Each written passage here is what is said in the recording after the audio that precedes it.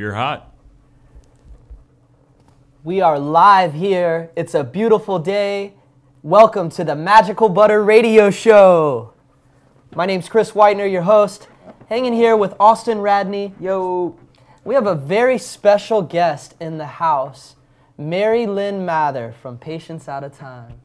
How are you doing today, Mary Lynn? Doing great, Chris. Glad to be here. We've got your pup behind us here, your dog. What's your dog's name again? We've got our golden retriever, Cola. Cola. Cola. So if you hear any funny noises today, we have a dog on the set. Is that because of Coca-Cola or because of Cola Nuts? Because Cola Bud. Ah, see? I threw it. I knew that was what it was going to be, but I just had to throw two other randoms in there. Definitely. So thank you guys for joining us. It's a beautiful Tuesday afternoon. We are live in the Magical Butter Studios, hanging out. As always, you guys can check us out on iTunes. At the Magical Butter Podcast there on iTunes. So, Austin, how are you doing, my man? Man, I'm doing good. I'm happy to be up on the radio show talking with a wonderful guest that we have today. She's like a nurse, a doctor, like a wizard, a legend. Yeah, like everything, all in one. Like you can tell us, I think, all about plants and how to heal ourselves and give us a ton of education. So this is going to be a very informative podcast, probably.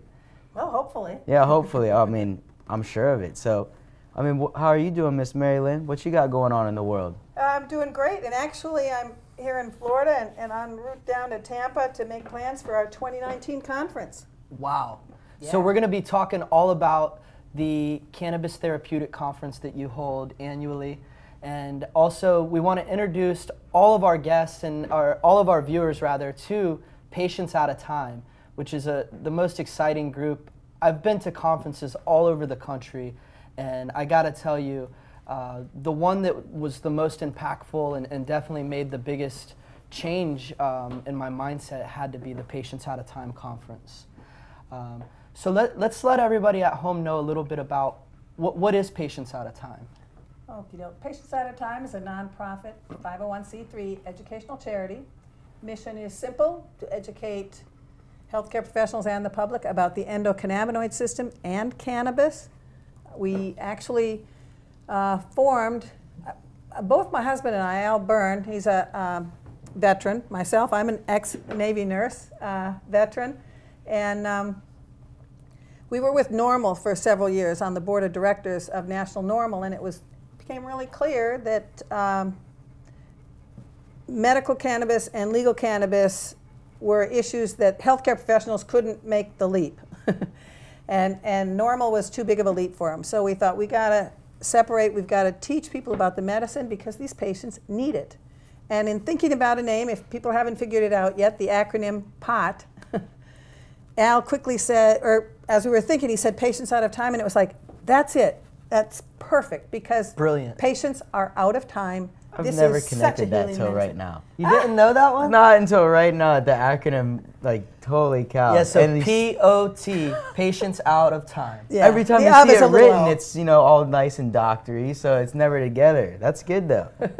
That's the fun fact. So you guys, when was Patients Out of Time founded? So we broke away from Normal, and in 1995, Wow. we formed Patients Out of Time. So yeah, coming 2020, we're going to be celebrating our 25th anniversary. That's amazing.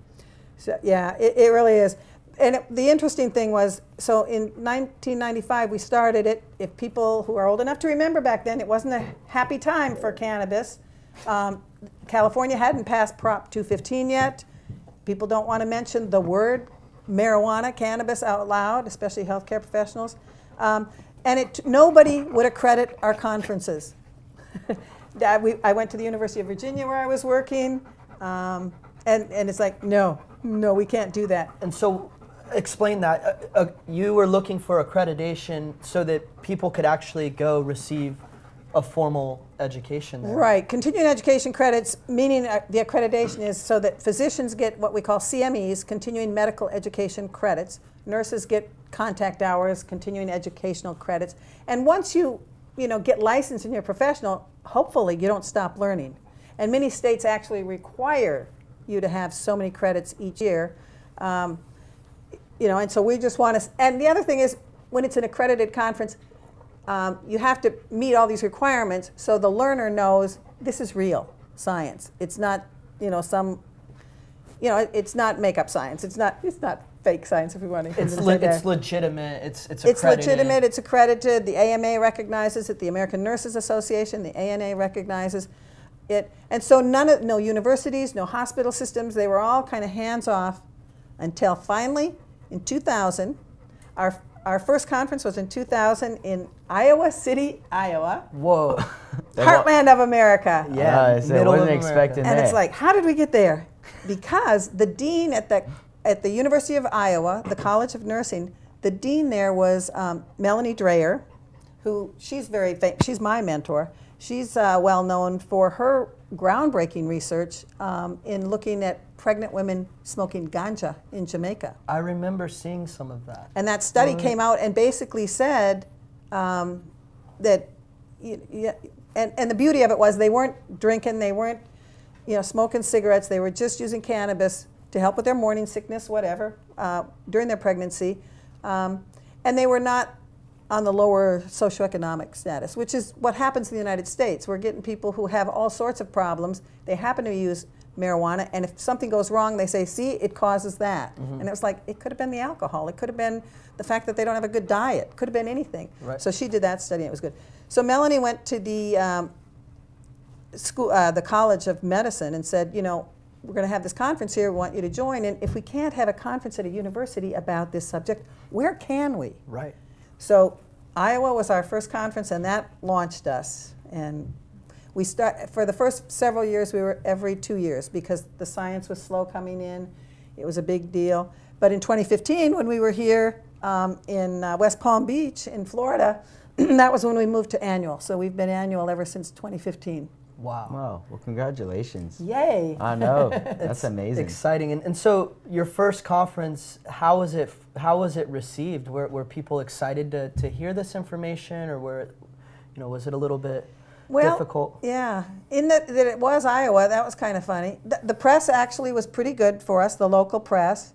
I think whoever came to it, which is true for all of our conferences, we do give the real science. We bring people from other countries if necessary, which often is because they're doing more research than we are here.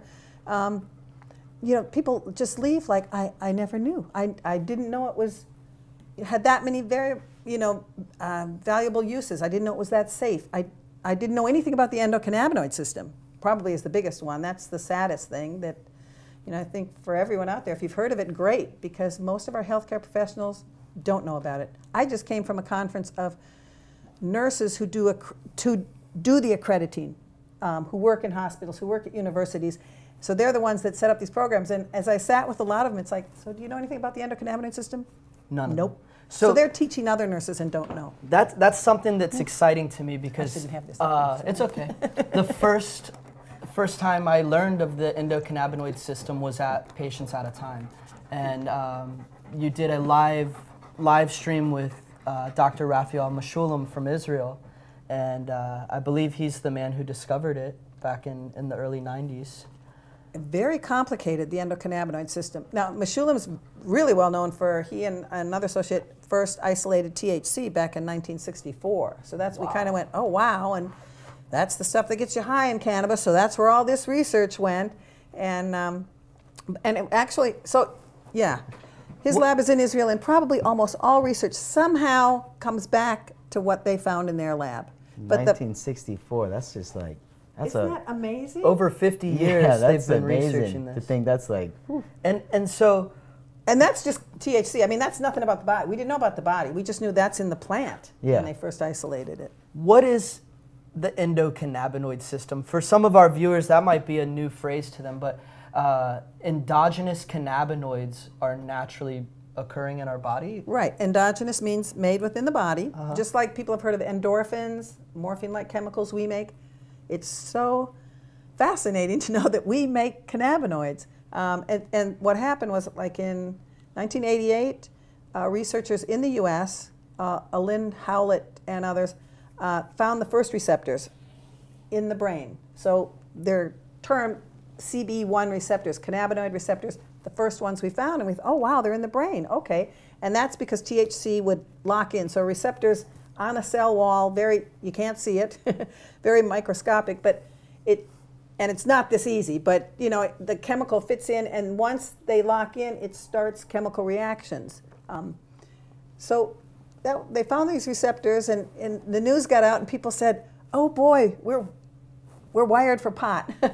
And Raphael Mechoulam, Professor Mechoulam from Israel, and others said, "Well, it's not quite like that." They knew there was something in the body. It took 4 years, and it was his lab then that found the first one, anandamide, which means bliss in Sanskrit. The fella, William Devane, was the one he got to name it. He was so proud. From Ireland, right? Yeah, I believe he is. He's an Irish fellow. Yeah. Yeah. And so he named it anandamide.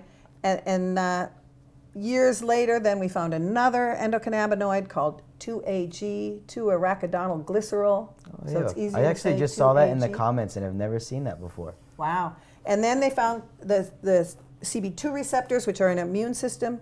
So if we kind of put it together today, we've got this signaling system. These our cells are talking to each other all the time. And the whole purpose of the endocannabinoid system is to protect us from stress, whatever kind of stressors. And you can think of pollution, we're not eating well, verbal abuse, spousal abuse, any kind of injury, climate changes, all these things that stress our body all the time. This is regulating different things to make something go faster, slow something down, keep us in balance, keep us homeostasis, which helps explain, because it is this governor of almost everything, it kind of explains why you can use it for nausea and vomiting, for depression, for spasticity, for seizure disorder. You just go on and on, because medicines can't do that. Yeah, for energy, How it's can really it do that? like I found that people can, whatever that they want the plant to do for them, if they set their intention, it'll do that for you. So if you choose to use it for sleep and you feel that that's what it's going to help you with, then it will. And if you choose to use it to, like, if you set your intention to say, this is going to help me be more energetic today, or more focused on my tasks. In one sense, I'd say that's true, although we're learning more and we're finding out that some of the terpenes in there, and some of the different cannabinoids would be probably more helpful for sleep or others. But you're right. And I think that's one of the things that cannabis does, is it helps us actually think outside the box and kind of be more in tune with our body. And the more in tune, it's like, let's chill, or we got to get moving. So not only do us as humans have an endocannabinoid system, but I thought it was pretty interesting, all mammals, so rats, dogs, cats, they all have endocannabinoid Pretty much all systems. Animals, except invertebrates. Even insects. Sea sponges, I think, have the oldest known. So like SpongeBob SquarePants. It's just a matter of time before they find that. SpongeBob, yeah. Yeah, SpongeBob SquarePants had an Holy endocannabinoid system. There's cannabis like in brown kelp or something like that crazy that we haven't discovered. Like, that would be amazing. It's like it's in the water and it's on the land. Like. So it's interesting because you do these conferences annually, and when we went there, we were there to learn and soak up some information, and there was several medical professionals, from doctors and nurses and from all over the country and the world, but they were all there for the same reason, and a lot of them, when they went to school, there were no mention of the endocannabinoid system in class, right? Chris, and there still isn't. It's very few universities actually bring it up. In Philadelphia, there's the Thomas Jefferson University, and I think they've got a regular cannabis curriculum there. And in Colorado, University of Colorado, they've got, but other than that, it's just hit and miss. Most, I call up the schools, University of Virginia, they don't teach it yet. Some even say, what?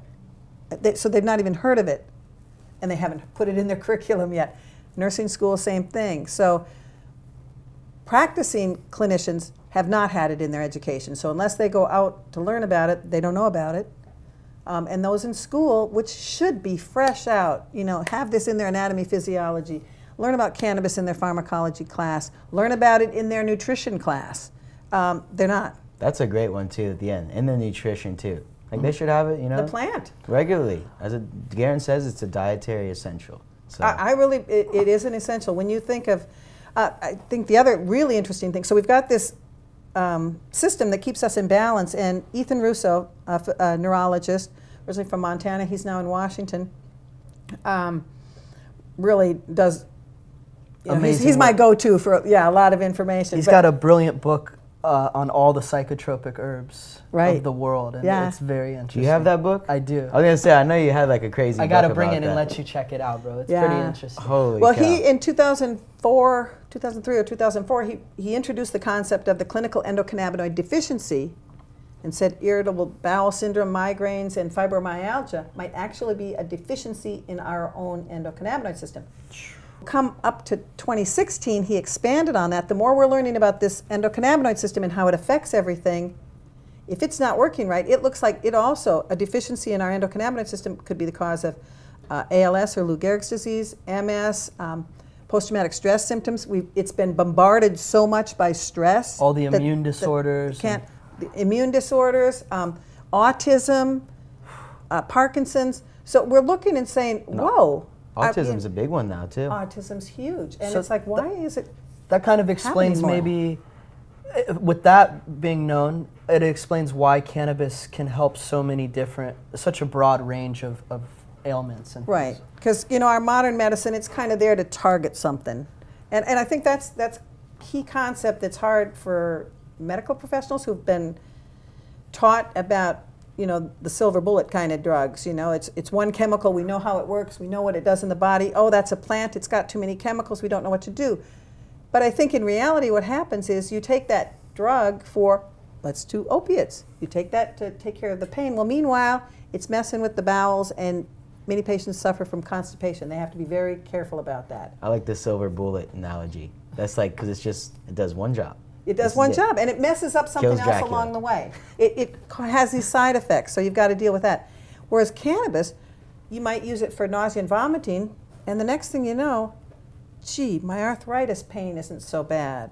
I had the best night's sleep last night. So it heals the body when it's targeting that, and kind of heals the body, as opposed to this one that might fix this, but put something else out of balance. Or I'd never laughed that hard ever, or I got to stare at the trees and the clouds and appreciate their beauty for, like there's so many things that, you may notice as side effects of that. Yeah.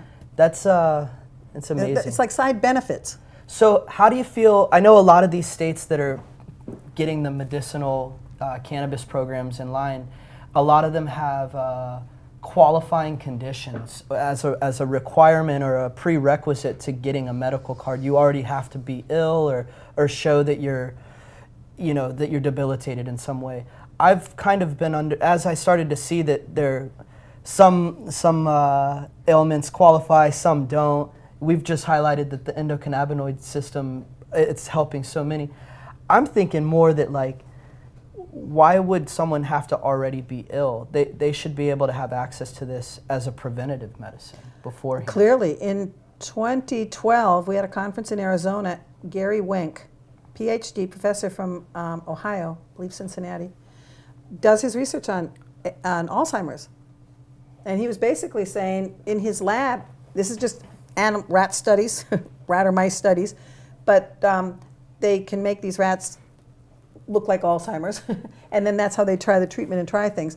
And his grad students who work in his lab have t-shirts that say a puff is enough, because it looks like an inhalation of cannabis a day for those rats can prevent Alzheimer's. Because of its neuroprotection, its antioxidant, its anti-inflammatory properties, it can prevent these plaques from developing in the brain. So, for anybody with a history of Alzheimer's in the family, it's like an inhalation a day. Or again, we haven't gotten into that, certainly with Magical Butter, but the plant itself, this plant is nutrition. If we are feeding our body these essential fatty acids and things that we need to build the chemicals to make these endocannabinoid systems, we need to eat right so that we can make our system work. It starts with your diet. There. Starts with the diet. So preventative medicine, if we aren't eating healthy, whether people, so glad, we've learned people are juicing cannabis, but I've always been saying, I've been asking people, how about those cannabis sprouts? If they come up just like alfalfa sprouts, I bet it's Brussels great sprouts protein. Well, no, think more Bean like sprouts. The little, they're just coming up. Just top them in a salad because they'd probably be tender and very tasty. Well, just last year, and I don't know if it's going to keep going. But Whole Foods, in like the Fort Lauderdale area, was selling in the packaged containers. You could go into the food store in Whole Foods, into the vegetable area, and find baby hemp leaves and kale. Like microgreens almost. So it was, you know, big, more than sprouts. It was, you know, little plants with leaves that are only about this big, but nice and tender still. Throw them in a salad. Go lay down. Go lay down, Sorry, baby. this is our little, she's it's a little hot. So dogs have endocannabinoid systems. They have an endocannabinoid system. And I hear that even, you know, mainly CBDs, they don't really recommend giving dogs THC, but CBD for dogs is very helpful, especially towards the end of the dog's life. And yeah, and to tell you the truth, we had a golden retriever prior to her whose mother had died from very aggressive breast cancer. Oh, man. And she got, somewhere along that, we took her to a vet, the daughter, and at some point it looked like, she'd gotten a cut, dog fight, neighbor's dog. And so we went in because something was worrisome there. We thought it was something else. Anyway, he checked her out and he says, looks like early is cancer. And we're like, oh, this is terrible. So we said, let's try some of this oil. So we kept giving this to her every day. Not that much. Through ingestion? And it had THC through ingestion, actually in a butter. Oh, no, just mix it with the dog food? Or Put it on a cracker, and she just, you know, they ate it right up. And within a week, she did die from the cancer, but she lived longer than expected. But within a week, she had this worry spot on her arm. She'd hurt it at some point. And a lot of times when dogs do that, they might get into this licking and licking. For years, she had it. A week later, my husband, Al, and I are looking at that and going, look at her arm. It's growing back. It's just growing back. It calmed her down. The obsessive compulsive piece of licking that thing let stopped. her relax a little and bit. let her chill out and quit. Maybe stop the inflammation in the area a little bit. Oh, or yeah. something. But people are using it. It's helped with skin problems on dogs. People have used it for cancer. They've used it for seizure disorders. I'll tell you, I used it on I had, unfortunately, some labs that passed away, and they weren't golden retrievers, they were Labradors. But my mom's 2 old labs, what I would do is we'd make tincture, evaporate the tincture in the pan, and then we figured out a dosing to where we would just take one little piece of kibble and we'd scrape the bottom of the pan and then mix it with all the rest of the kibble. And that's how we were getting, but he had like knots, like the tumor stuff under his arms here.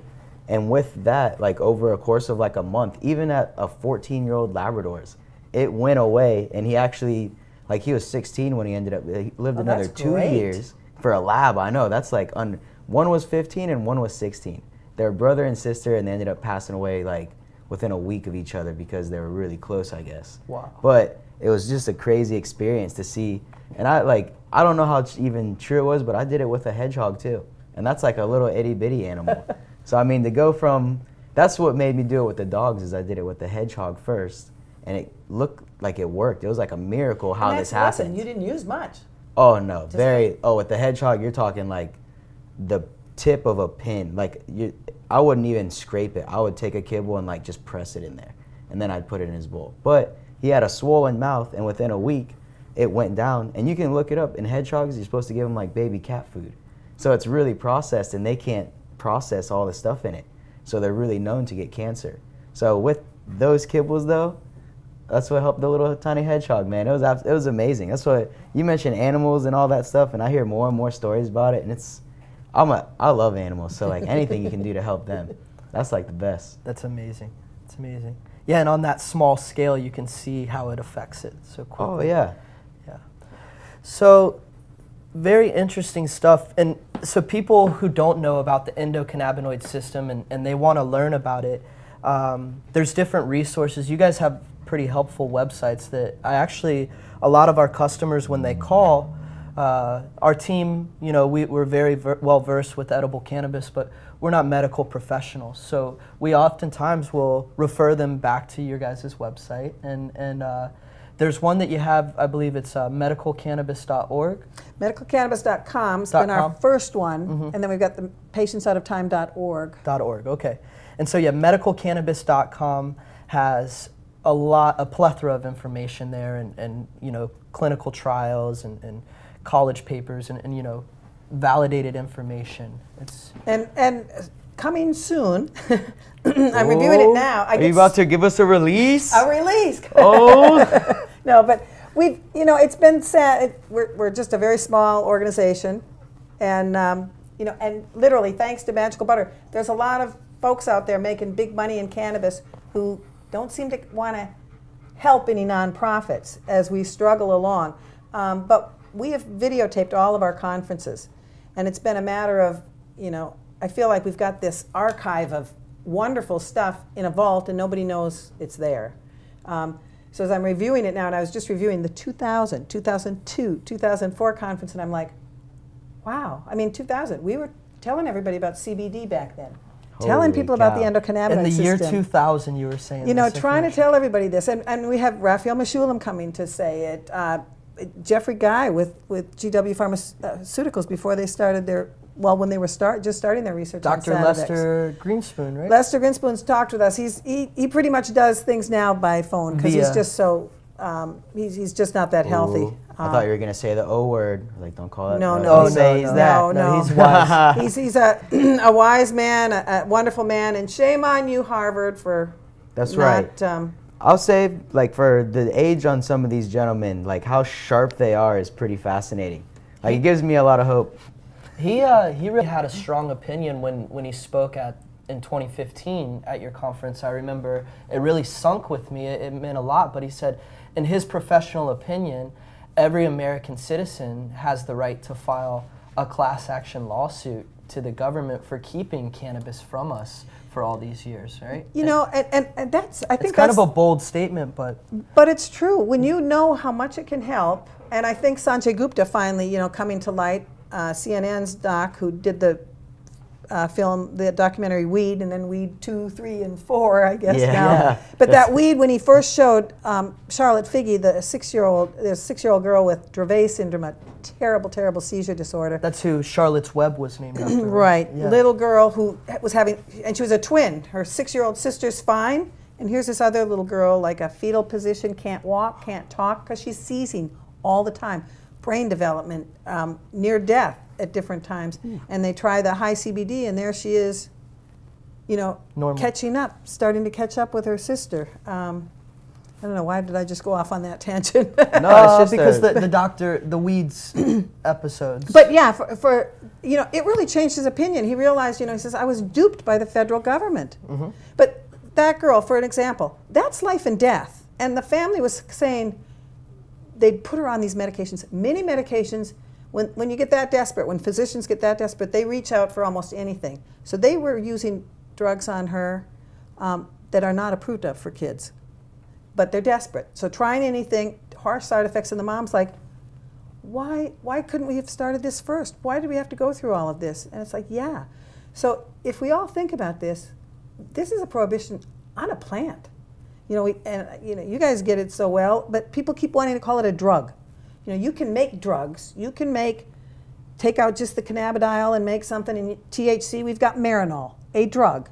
But cannabis is a plant, you know, and it's just different. The idea that we've let our government tell us we cannot grow a plant, not only tell us we can't, but arrest us, take away children, take away the house, lock you up.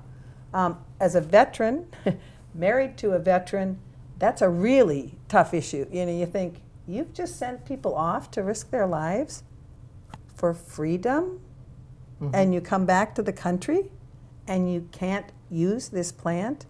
It's like, and so that's, you know, we're talking about Patients Out of Time. When we started, we just were putting on these conferences to try to get the awareness. And it wasn't until recently, just a few years back, that we actually started membership. And it's because as things are evolving, you can see big monies coming into it, and the pharmaceutical industry is kind of recognizing that they're not going to win. Cannabis is coming, so it's like, how much can they grab? And before it's here. Yeah, this plant needs to, there's room for everybody. You know, I think somebody's going to need maybe some really strong cannabinoids or something just pulled out. The pharmaceutical industry probably has its place. But it's an herbal medicine. It should be out there anywhere. I want to go to a farmer's market and, you know, and pick out some good stuff. So we should be able to grow it. And so in terms of Patients Out of Time as an organization, we really kind of think that almost everybody out there should be a member, because one time or another, if you're not a patient out of time, your child is, your parent is, a loved one is, somebody you work with, somebody you know is going to have some kind of problem that needs it. And the idea that you guys get it, we get it all the time. A phone call, you know, I'm desperate, where do I go? No, my doctor won't see me. I don't know how to get it. It's illegal in this state. Question after question. And so what we did a couple years ago, actually before the 2014 election, was to put out a resolution. And it's basically calling for the descheduling of cannabis. Take it out of the controlled system. It's a plant. That's really preventing a lot of the research from happening. Exactly. I mean, you could move it to another schedule, but it's still controlled. It still means you need a prescription. It still needs all of these kinds of things. And it's like, if you can recognize it's a plant, then take it out. It should fit in any herbal store that wants to make herbal products. The dispensary is still doing what they do. Oh, yeah. People growing it if they want to. Pharmaceutical companies making products. There's room for everybody. And the pharmaceutical people making the products, go through the FDA. Do your clinical trials on that drug. But, you know, to do a clinical trial on cannabis, it's like... process. And I know you guys work with a lot of people, patients at a time, it's there, but you're dealing with the most extreme cases of, and, you know, like the veterans, you've hit on that, you're a veteran yourself, and these vets are fighting, and then they're going through traumatic situations, and coming home, and they're getting like a whole plethora of terrible pills, and it's causing, you know, side effects. It's no secret the veterans are, you know, committing suicide because it's such a bad situation. And like, so like, why wouldn't they be able to have access or have the freedom or the right to choose that as an option over the other? It doesn't make sense, but they're stuck. When you get out of the service as a veteran, you're under VA care, which is federal care, so the doctors have to abide by federal law. It's still in Schedule 1, so federally it's prohibited. Now the good news is in 2010, and I'm going to go blank with his name probably, he's not there anymore. Unfortunately, they got rid of him. But in 2010, the head of the medical director of the, or Undersecretary of Health for the VA system, put out a directive that basically said, if you're a veteran and you live in a state with medical cannabis law, you can see a civilian physician. If you get a recommendation, then the VA physicians are to honor that. So that's great. But, as my husband says, that's treatment by geography. We're in Virginia. So by rights, he in Virginia, right now they just passed a CBD only law. Sorry, you're in the wrong zip code. You're in the wrong zip code. Sorry, you can't do it.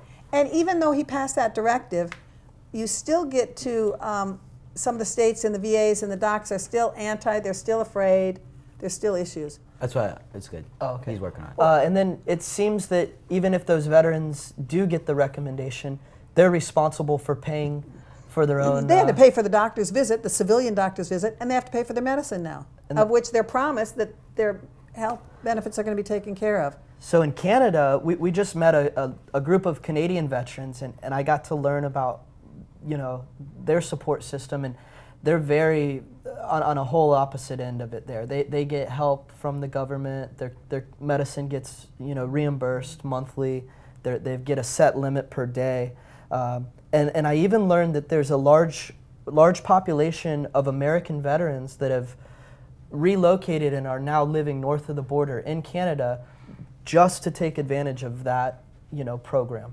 And it all comes back in one way or another. America ends up paying for this, you know, their care there, but they're actually able to get access to the plant, and it's paid for.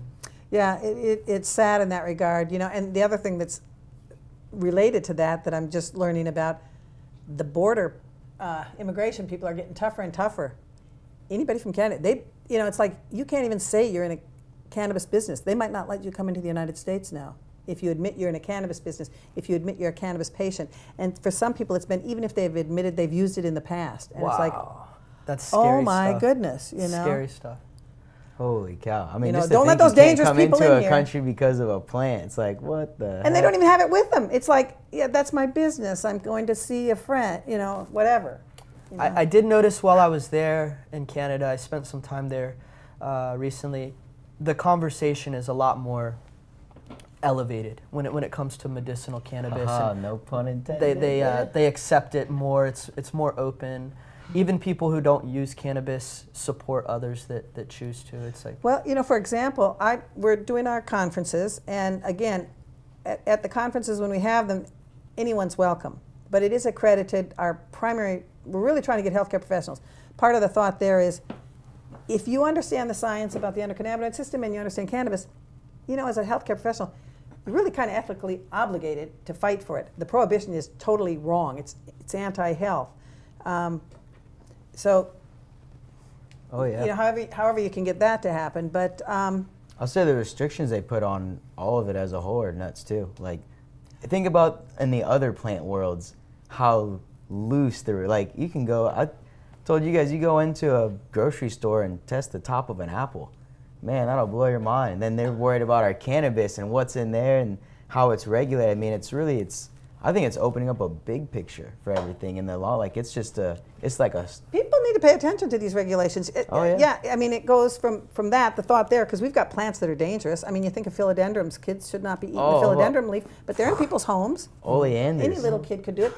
And again, for those who don't know, the cannabis plant, a fresh plant, if you had it in the house and child goes and munches on it, nothing happens. No problem. Except good his nutrition. health Vitamins. increases. Yeah. You know, His some health good will stuff increase. because there's nothing Ironically, psychoactive. it has the perfect balance of amino acids that the body needs. Right? So it's like golden. That's a commercial Yeah. waiting. But there's no, you know, so you don't have to worry. That's just, it's literally one of the safest, you know, Non-toxic. They've beautiful proven plant that. out there. Yeah, you cannot die. And speaking of toxicity, I know all over the nation there's this, they're calling it a crisis and an epidemic of opioids. And it's epic proportions of people are passing away and overdosing, dying daily and weekly and monthly. The numbers are just staggering. But It's like over 100 a day. 100 people a day, you know, so add that up over the course of a month. It's crazy, you know. And so I know that when I was at the Patients Out of Time conference, this past one of the main topics was opioid use and how patients can actually utilize cannabis to replace and actually reduce and replace opioid medicine completely. Yeah. You know, there's a place for opiates. You know, you get in a bad accident and you got that bone sticking out or something like that. Put me, you know, give me something to numb that pain. Not that cannabis would work that well at that point.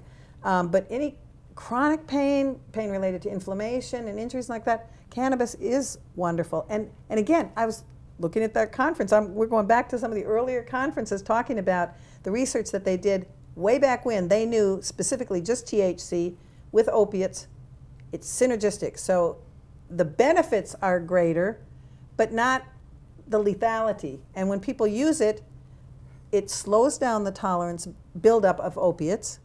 And people get the same benefit or better benefit with the cannabis with a lower dose of opiates than they would before. And many patients get off the opiates because they're not really good for chronic neuropathic pain.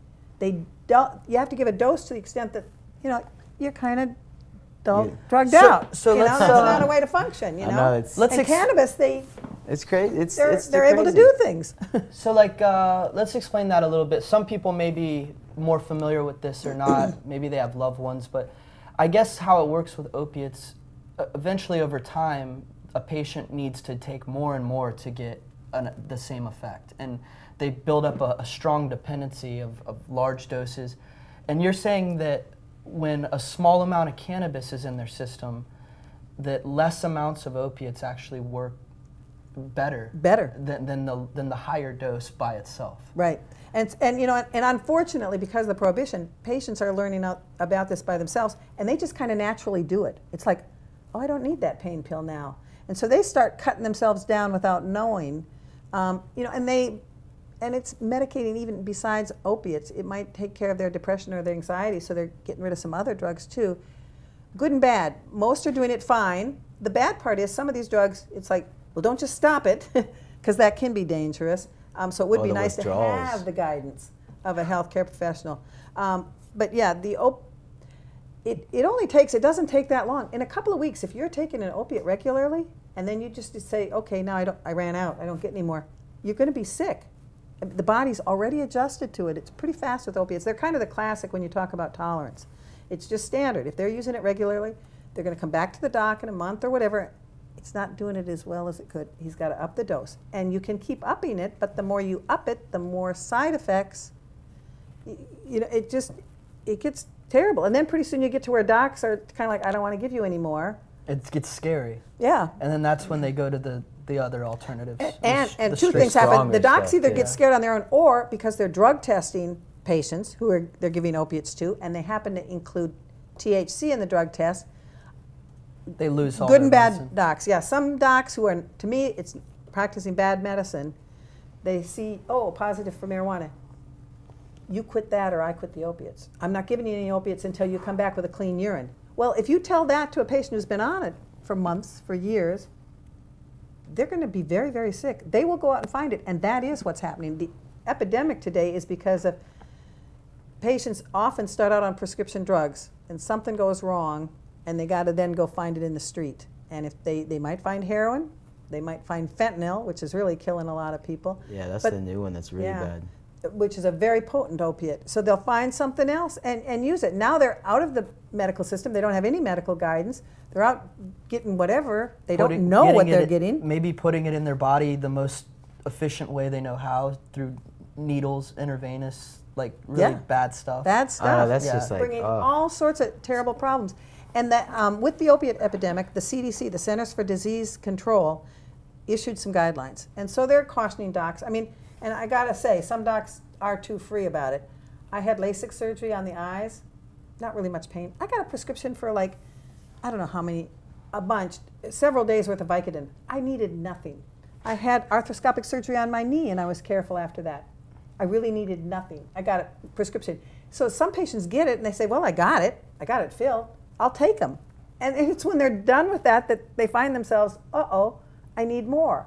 And they're trying to, you know, they'll say something to the doc, yeah, it's still hurting, I need more, and then maybe the doc will give them some, and it gets into this How many times have you heard or seen that maybe a patient gets roped in this cycle of pills based on like a small injury, they get a prescription, and then now that prescription maybe causes other issues, and now the doctor's finding other pills to prescribe, and before you know it, now the person's losing sleep, they're depressed, they're anxious, they're taking 30 pills, and it all started with one hairline fracture of some form. I mean, if you're taking the opiate 9 times out of 10, you're going to need a stool softener, so that's no bad. But a lot of times they might get you nauseated, so you need something for the nausea and vomiting. And it's each time you add one of those meds, the more medications you have interacting, it gets exponential how many problems can happen. The classic, I always think the classic opiates, it happens a lot because you can get nausea and vomiting, so you need to medicate for that. You can get depressed, can't sleep, you know, all those kinds of things. But post-traumatic stress.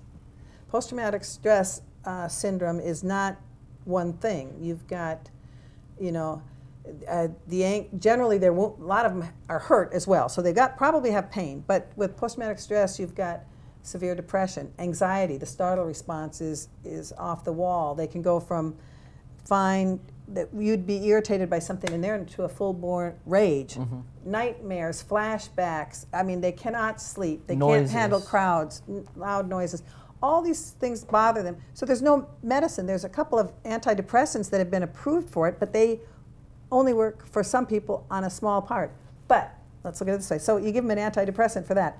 Almost every antidepressant, if you get the full package insert, there will be a black box labeled that in there, danger, could cause homicidal or suicidal ideation. And so if somebody's already highly stressed and amped up and dealing with this, many of these guys are already feeling suicidal with why post-traumatic give them stress. Something that's going to add to that? And it's very tragic. And so you try that, and well, it's not helping. Well, I'm going to up the dose. You're anxious? I've got an anti-anxiety medication for you. So I've got Ativan or Valium or something I can give you. Those are highly addictive, very addictive. There's got to be a defeating feeling of like, oh no, the doctor's giving me all this stuff and it's not fixing me. I'm still feeling broken, and generally, and I'm feeling worse. Now I'm feeling crazy, and that just adds to the depression. And then you try to get off of it, and then you get crazier. Wow, and then alcohol. Throw some alcohol in the mix, or you know, something like that, and now you're really That's a Yeah. dance with the messing devil with now. a toxic kind of situation. And that is exactly what happens. They give them, and they do that. Something. I mean, you will talk to vets, and they've got 15 different prescriptions or something, you know, and it's like, what? But by the time you've added all of these, yeah, their blood pressure's probably out of whack. Maybe their sugar by now is out of whack, because you're messing with everything. I mean, and it could be hard on the kidneys. It could be hard on the liver that take care of these drugs and get them out of the system. Is it like a nationwide thing, or is there indicators in certain areas, like California has more of this, Florida has more of this, and Yeah. New York, you know, is there like certain... You'll find different areas with different instances of problems, and certain opiates might be found more so, like heroin might be more popular in certain places. But United States is leading in opioid overdoses. As a whole. Canada's up there too. They've got a big problem in some other European countries, but we are the pill popping nation. I don't have the figures in front of me, but you know, it's something like we're like 5% of the world's population and consume like 90% of the opiates, and I think it's more than that. Of So all the world. Yeah, of all the, you know. I would Wow. assume We are pill pop, and you think about it. Turn Oh. TV on. Can't sleep tonight?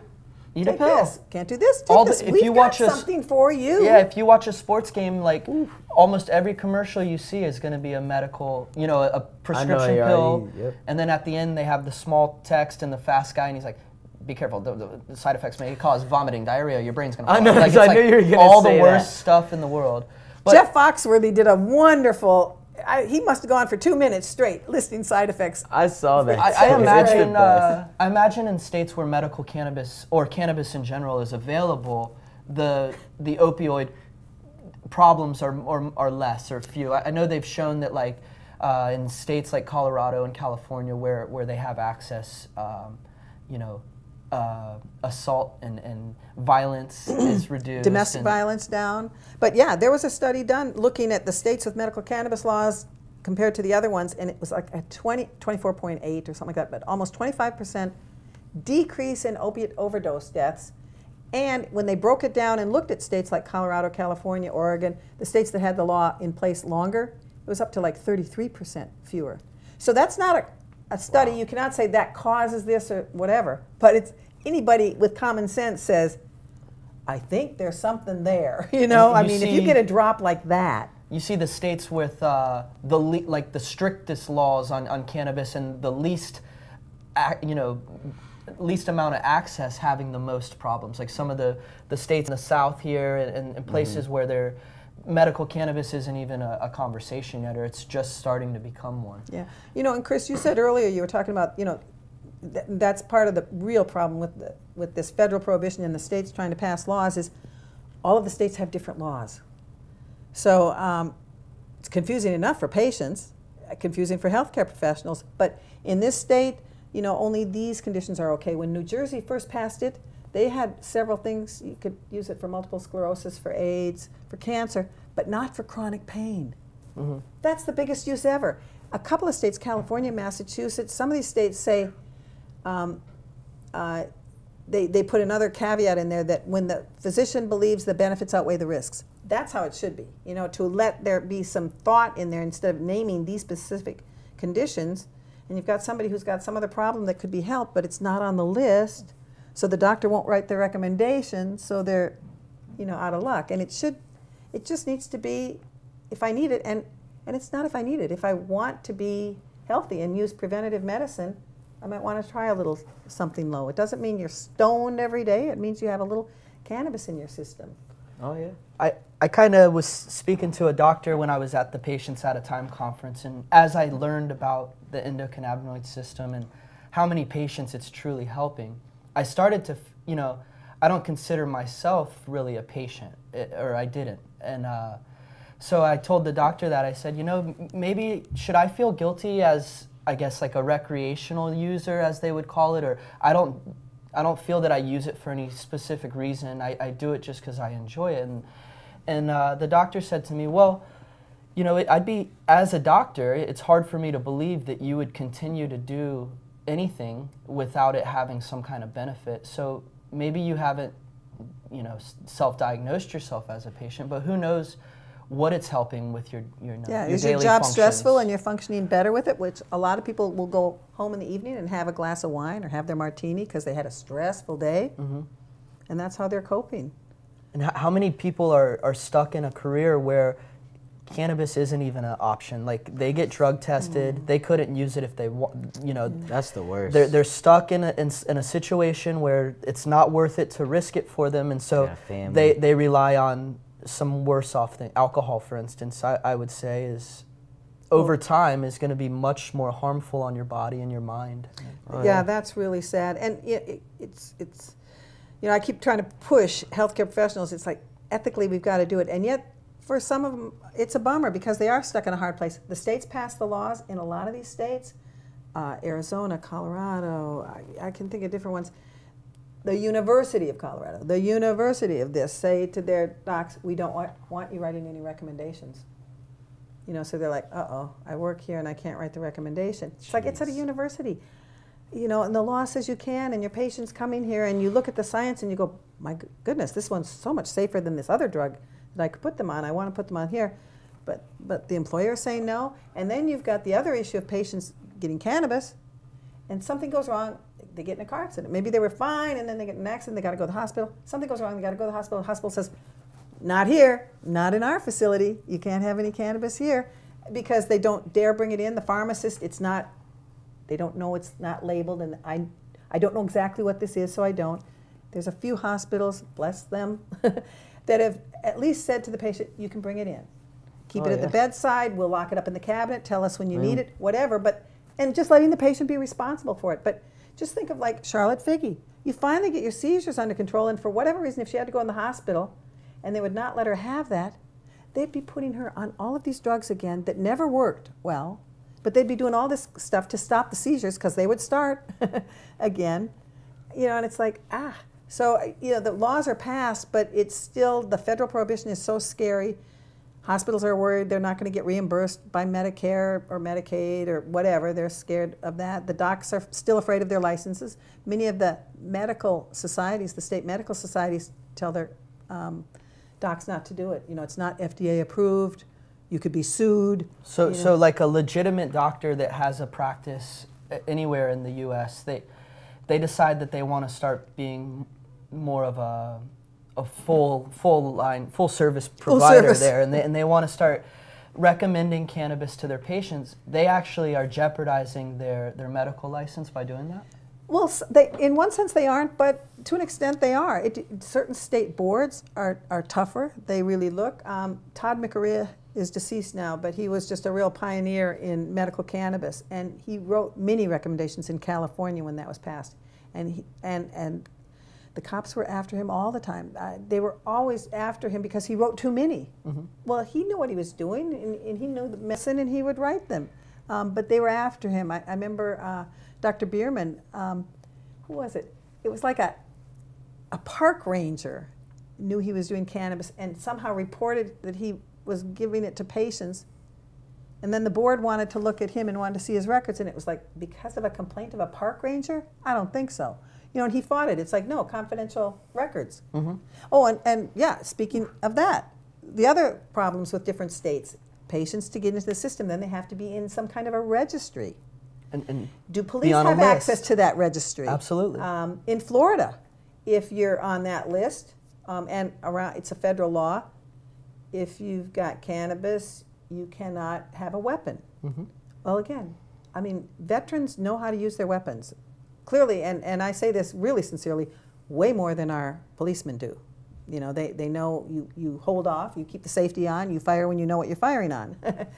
But to take weapons away from veterans, you know, that's terrible. I mean, they know. And it's crazy because they take them away when you choose when to use cannabis, but they don't take them away when you're on the crazy pills when you're on the crazy that cause homicidal thoughts. I know, that's no. just Keep like, your guns then. Yeah. It is. That's nuts. That is how it is so wacko. And you know, I'll give another example. This is not guns and weapons. I spoke to a retired cop that's dealing with that, and that's somebody who is a proud man, and he's not going to give up his weapon rights, and he wants to be able to at least protect his home and his family still. Exactly. A retired and anybody officer, in the country, you've got, you know. And he's also a medical patient. He had to make a decision, like, do I stay a legal patient and get access to cannabis and illegally hold weapons, or do I legally protect my weapon rights and then find cannabis through alternative ways? And it's like, it's and now as an officer of the or a retired officer of the law, he's in a really bad situation. He doesn't ever want to break the law one way or the other, right? So and that's why, and again, in America, it's this. Somebody always says our country, love it or leave it, but it's like, no, in terms of being a good citizen, if something's wrong, you fight to change it, and the law is wrong. We have bad laws, we've had bad laws forever. When women couldn't vote, that's a bad law. Slave issues, bad laws. We have bad laws. We need to fix them. This is a hurtful, terrible law. And so, doctors are writing too many med cards is an issue that they're saying, but let's say that everyone in the world became a medical patient. Just a crazy thought there, throwing that out there, but every single citizen of the United States is a registered medical patient. Then, and it all came from a doctor, right? Then is it accepted or? Well, that's a good thing. Yeah, cannabis is in the Controlled Substances Act, 1970. They made this rule, you got to control the drugs, any psychoactive drugs. So but not alcohol. Alcohol got left out of there because it's not a drug. It's like but a the poison. Plant got in there. It's a poison for sure. So they make these schedules 1 through 5. 1 is forbidden, can't be in there. 2 is like your opiates, highly addictive but safe for medical use, has medical value and it's safe for medical use. 3 less, 4, 5. 5 is like, enough people know, like Lamodal, or a medicine that you can get over the counter with, has a little coating in it for diarrhea. Most people aren't going to, its abuse potential is lower than the other ones. Is deodorant or mouthwash on that list? No. but benzodiazepines are like 4, way down low, and those, you can die from withdrawal from them. So to say they're not highly addictive, I don't know how they got to be 4. They should be, to me, they should be easily 3, but probably 2. But so, to be in Schedule 1 means you have to meet 3 criteria. Not safe for medical use, highly addictive, and no accepted use in the United States, medical use in the United States. So the fact that when California passed it, that broke it. There's accepted medical use in California. California is part of the United States. And now we're sitting with what, 31 states that have medical cannabis, so many with legal cannabis, a whole bunch more with CBD access, and they're still saying there's no accepted medical use. So that criteria is bull. Highly addictive, the best experts have rated that, and it's low on the totem pole. It's less addictive than caffeine. So that one doesn't. Or sugar. Yeah. Or tobacco. Tobacco is way up there in terms of addictive. And then not safe. Well, again, Judge Francis Young, the DEA's own judge in 1988, ruled that it doesn't belong in Schedule 1, and he said, marijuana in its natural state is one of the safest therapeutic substances known to man. So safety, hello, it's got a really wide margin of safety, meaning, you can, well, we don't know how to kill somebody. You could take 1,500 pounds in 15 minutes. Well, nobody can eat that much in the first place, so you couldn't consume that much.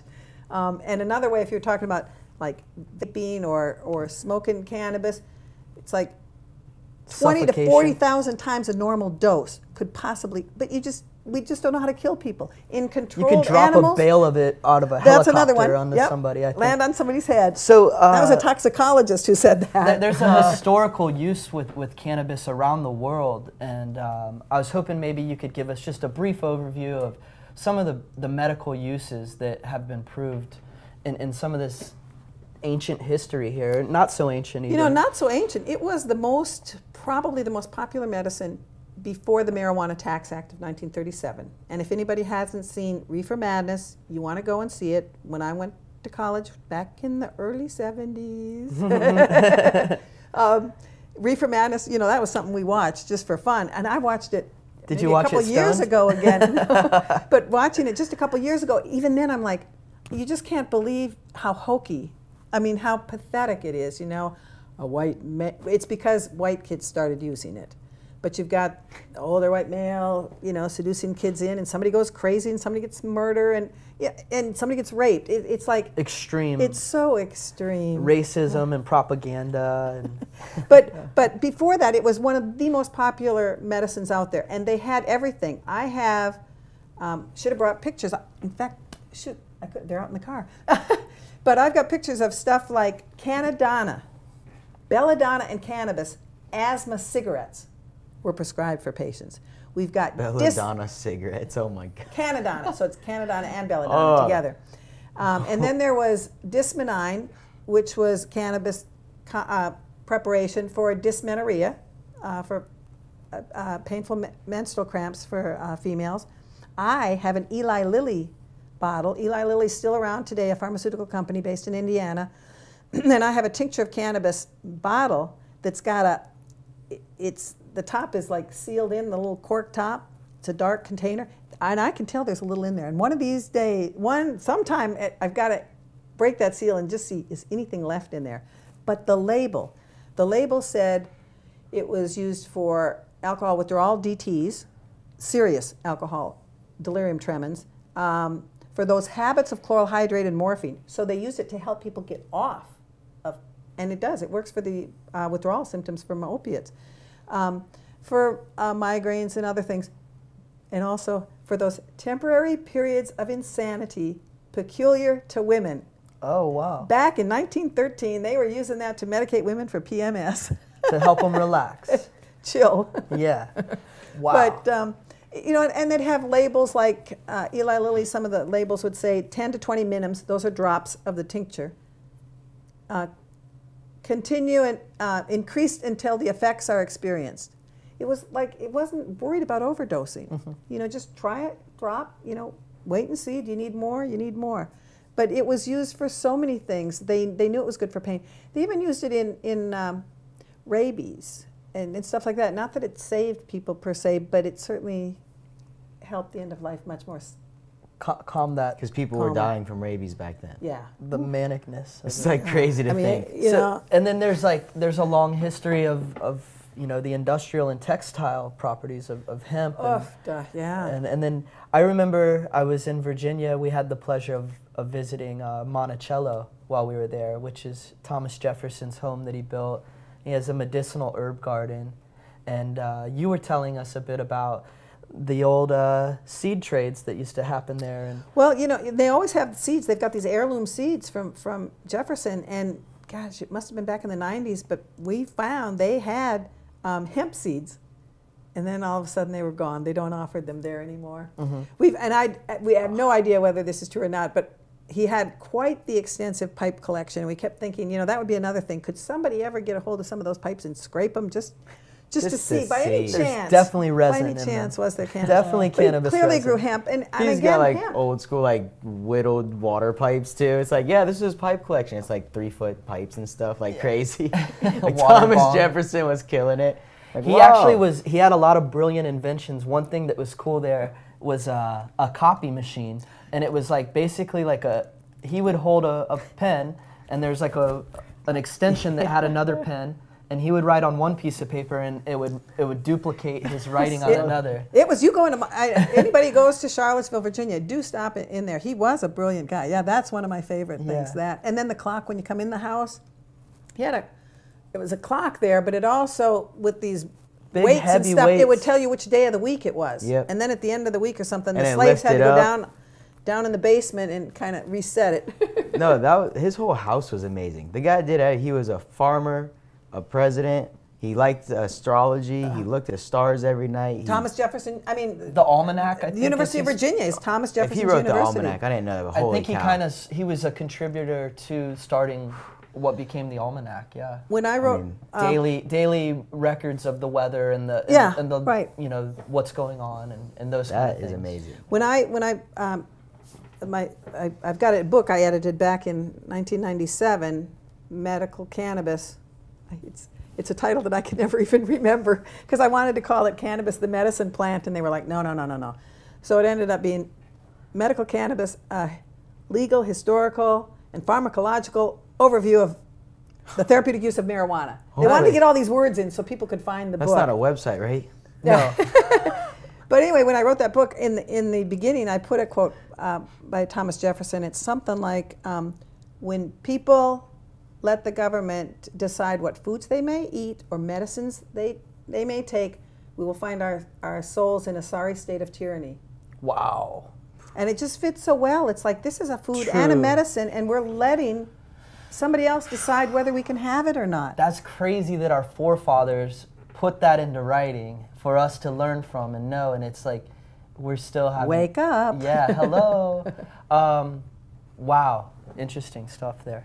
Oh, Amazing. The other thing, the quote that I thought was really cool, Dr. Woodward, when they had Marijuana Tax Act was formed, when Congress was, cannabis was a medicine used, very popular, all things are fine, and then you've got Anslinger, who used to run when the alcohol prohibition, now he had all these cops, what are we going to do? Oh, marijuana, Mexicans are using it, and those black musicians, you know, are using reefer, same thing. So marijuana will create this stir, and so they did the reefer madness, and they're trying to get marijuana illegal.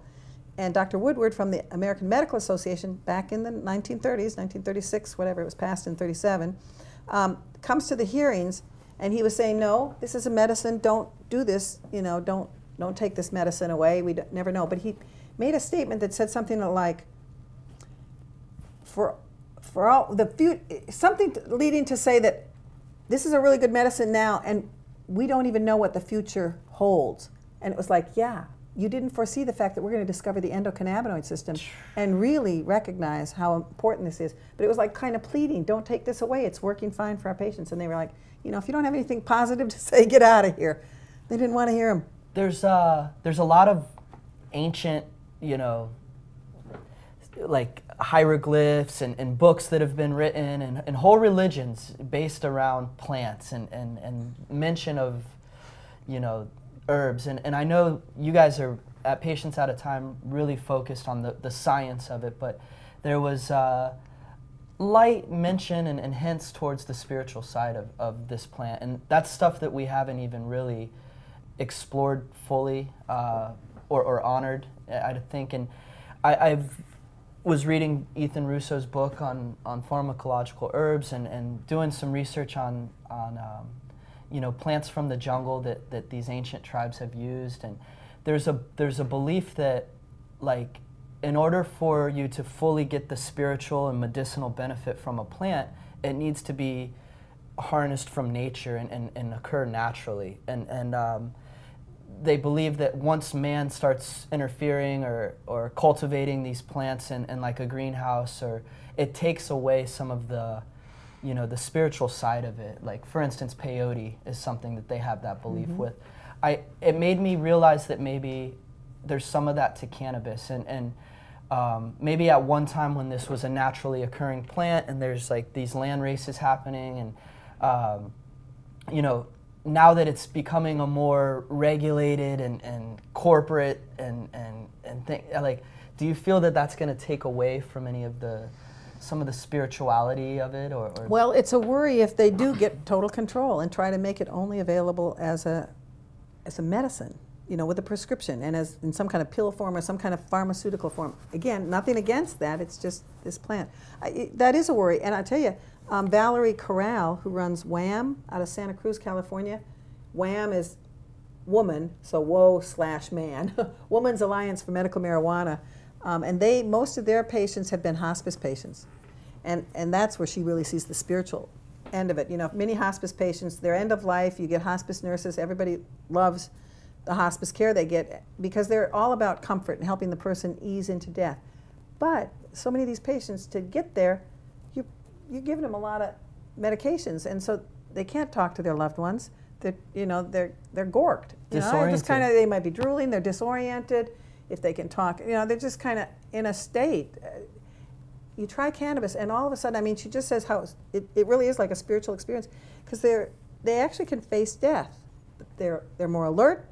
They don't need the other medications. Having conversations with family. There's like a light. Things need to be said, but they aren't said otherwise, you know, and all of a sudden they're said, and it's just, it ends up, as she said, they've had many beautiful deaths. I mean, we aren't getting out of it. Yeah, you know, we're all going to die sometime, and if it's something where you're sick, it certainly is nice that you can ease into it as opposed to, you know, either be drugged so you're unconscious at the last end or in agony or, you know. And that must be so scary when you're in that state of mind of confusion and you know, as an elderly person, your thoughts are scrambled and things, and then now you're thrown in this scary place and given. Yeah, cannabis might make that all a more, you know, relaxing experience and more of a reflective time to look back. And And and bringing up on that again reminds me of the cannabis plant. We have, the National Institute of Health just did a big overview from the 1999 Institute of Medicine study to today. They looked at all the science, and then they were rating stuff. They were rating the effects, the side effects, and or the medical benefits, and saying it's conclusive, substantial evidence, or not so much. So it's conclusive that it's good for nausea and vomiting. It's very substantial evidence that it's good for chronic pain. We know these things. But like on anxiety and that, they kind of go mixed results. Well, here's the problem. They take these big populations of patients, and some got paranoid and anxious, and others they're treating their anxiety with it. Mm-hmm. Well, if you get somebody, and again, talking about the natural plant, because of the prohibition, growers have been trying to grow it higher and higher in THC at the expense of these other cannabinoids. So when you get something it's not a balanced plant per se, really high in THC, you can get really paranoid and anxious. A lot of people can. And we're finding that CBD helps dampen that down and can be really good for depression. So when they say these large studies, people are using all different plants, and so some are getting some high in THC, and so of course you'll get mixed results. And one plant that works, and it's because it's unknown too. Nobody knows what they're using because it's illicit, and And one plant that may affect you one way could affect someone else another way. Mm-hmm. And it's so individual. Yeah. Everybody's anatomy is different. Yeah, and when we talk about personalized medicine, it's not a magic bullet, one size fits all. Any patients you talk to, they've experimented. The most famous patient here in Florida, I think, is Kathy Jordan. Kathy Jordan, absolutely. Oh, yeah. Shout out to Kathy Jordan. We had Bob Jordan here a couple weeks ago with us. Yay! Hanging out. Well, Kathy, to her, luck, whatever it was, but literally on the road to suicide, saving her pills, not going to live like this, a young mom, with ALS. This Kathy Jordan has ALS, Lou Gehrig's disease. When she came down to say goodbye and was down in Florida, a friend, they went out on the beach, smoked a joint. Well, come on, just smoke a joint. You hadn't done it, since I guess, before the kids. Right. And she could feel her disease stop. And then, after that, it was kind of really a search to find exactly what worked best for her. But she knows what works best for her. She's not going to go and use somebody else's medicine, because if it is a little too different, it could be very dangerous for her, because it really she's got it controlling her secretions. She's a great example too of, she's one of those few patients that you'd say from a healthcare professional, yes, you need to smoke it. Because that's what she's found. I need to smoke it. It dries her mouth. It makes her cough. Most people choke. Most ALS patients die because they choke on their secretions. They don't have the musculature to cough up all of this stuff. So she knows it. She knows what works for her, and she uses it. And it's so individualized. Patients figure out what they need and what works best for them. And I think that's frustrating for docs. I want to tell you, you take this and 3 times a day. She actually got I don't want to say a death sentence, but the doctor told her, you only have this much time left to live. And based on her use of cannabis now, she's outlived that, She's outlived several physicians that have taken care of her. She's outlived so many patients. Yeah, they literally, I think she had to go down someplace and prove she was alive. Holy At one cow. point, she tells the story, but it was like, no, I'm not dead. This is me. I'm still here. But yeah, for hospice, you're supposed to be, dying within 6 months or something, and it's like she just kept going and going over 32 years. She told me a real interesting story once regarding a tumor that she had, and she took a large amount of the RSO, or the fully extracted cannabis oil, and the tumor basically just like died and fell out, kind of thing. Well, when they took the tumor out, the doctor came back and was so amazed, said, we got the tumor and all of the cells in there are dead. It's like, and that's cancer. Cells multiply, they get their own blood vessels, and they just keep growing and thrive and take over whatever, depending on where they are, that's how they cause problems. And meanwhile, this one had quit growing and all those cells in there were dead. And it's like, amazing. Only thing she can think of is I took the oil. And I believe, originally when medical cannabis started becoming a thing here in Florida, and Kathy Jordan was part of that original conversation. They were going to call it the Kathy Jordan Medical Marijuana Act when we were trying to go through it through the legislature. The Kathy Jordan bill, and the feds ran it.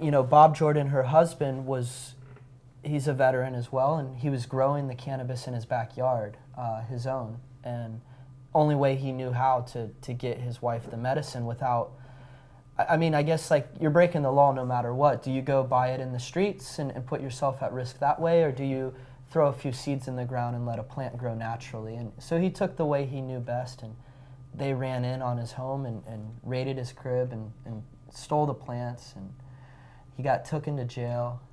Yeah, I'll encourage people, again, and probably within the week or so, but with our website, patientsoutofTime.org, we're going to have a little trailer on the website about a day in the life of Kathy, and it actually does have some scenes from that bust.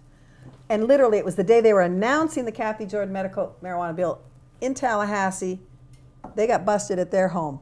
Do you think there was any coincidence there? Yeah. Definitely, right? Yeah, definitely. Oh, man. Now, granted, it all worked out very good for them, but the idea that they come into this home, a veteran, he's a Vietnam veteran, come into his home with Kathy in a wheelchair to come, where are those plants, and wanting to guns drawn. Yeah, I mean, just horrific. She at least got to go across the street and all that, and thank goodness, like people said, I mean, it was to a veteran coming in like that and threatening his wife and their plants. That's her livelihood. Who knows how one could might have gotten. react. There could have been a death there. Yeah. No reason for that. Crazy. Things like that happen all the time. I saw a terrible video recently of a veteran, and he was in his home, and his wife and kids, and they filed for a search warrant, and they came in his home in the middle of the night, and the first thing they did was shoot his dog. You know, the dog barked, of course, when people run in the home. And the guy had, like, such small amount of misdemeanors, but he was just so hurt. They killed his dog in front of his whole family. You know, there was one on the YouTube. This years ago, so I don't know if you could still find it. But there was a piece. You're seeing the cops come in the house. It's at night. They're coming to bust. You know, and they're yelling, "Shoot the dog!" You hear the dog yelp and all this, and the kids are coming out. They've got Dad arrested. The kids are sitting there watching Dad go by with the cops. I mean, the whole thing. You couldn't go near That's got to be such a horrific experience for those children. Exactly. That's a traumatic experience right there. Serious, for no reason. Serious. You know, when I say, you know, about veterans compared to cops, and I know a lot of veterans might be cops, but there's two differences. Military people are trained to kill. Bummer, but that's kind of their job. If we go to war, you're supposed to know how to kill the enemy. That's right. Policemen are supposed to, I like Andy Griffith, you know, they're supposed to protect and serve the public. You know, they're out there, we're innocent until proven guilty, they're there to protect us. Before we had our conference in Arizona in 2012, there was a terrible thing happened about 6 months before. Hispanic veteran, Iraq veteran, done with the service, he's back home, Hispanic, he's in a rough kind of neighborhood. They thought he had, whether he was dealing or whatever. So they get a full SWAT team's coming in, early, pre-dawn kind of thing. He hears it because he's hyper alert. Most veterans are very alert. He gets his wife and kid into the bathroom, you know, stay there, and he gets his weapon and he's there, he's ready. You know, and the way the SWAT team does it, it's not like, hello, can we come in?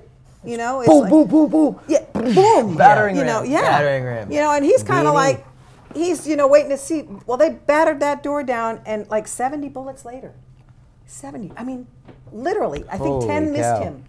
There was nothing left of the guy. You know, we don't get to see what happened, and I was thinking, oh my God, you know, they'll probably, and they wouldn't let anybody in the house for a while. I guess they got the wife and kid out the back door, and I'm thinking they're going to plant something on him or whatever. But, you know, it all comes out that, you know, he didn't have anything, and the safety was still on his weapon. Waiting to see what he was going to shoot at if he had to shoot, and these guys opened the door and just literally blew him away for nothing. Man, that's crazy. And there was one on YouTube too. You could see a bust of cops coming into this elderly woman's house. Elderly. She'd had hip replacement surgery, so she's barely getting around. And they've got her in. They're putting her down on the floor.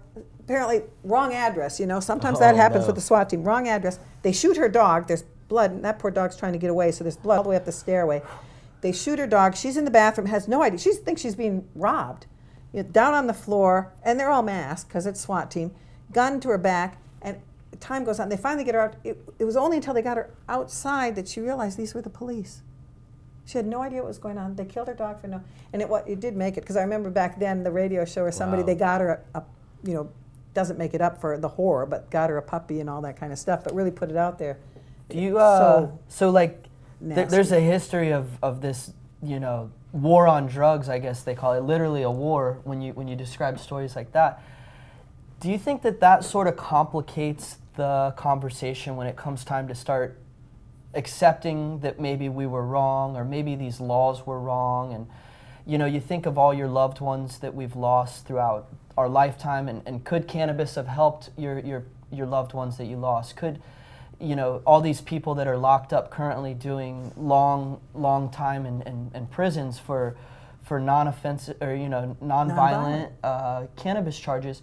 So I think like that might be one of the little things that's preventing the man or whoever, the federal government, from accepting the fact that we were wrong, and admitting that, and saying, look, it's fully legal, guys. All the people in jail, you're out. All the people that passed away because they didn't have access to the plant and we kept it from you, we're sorry. I mean, at least accept responsibility or something, right? You would wish that would happen. And here we are with our neighbors to the north. Canada has more of a harm reduction approach to substance abuse. People will use them.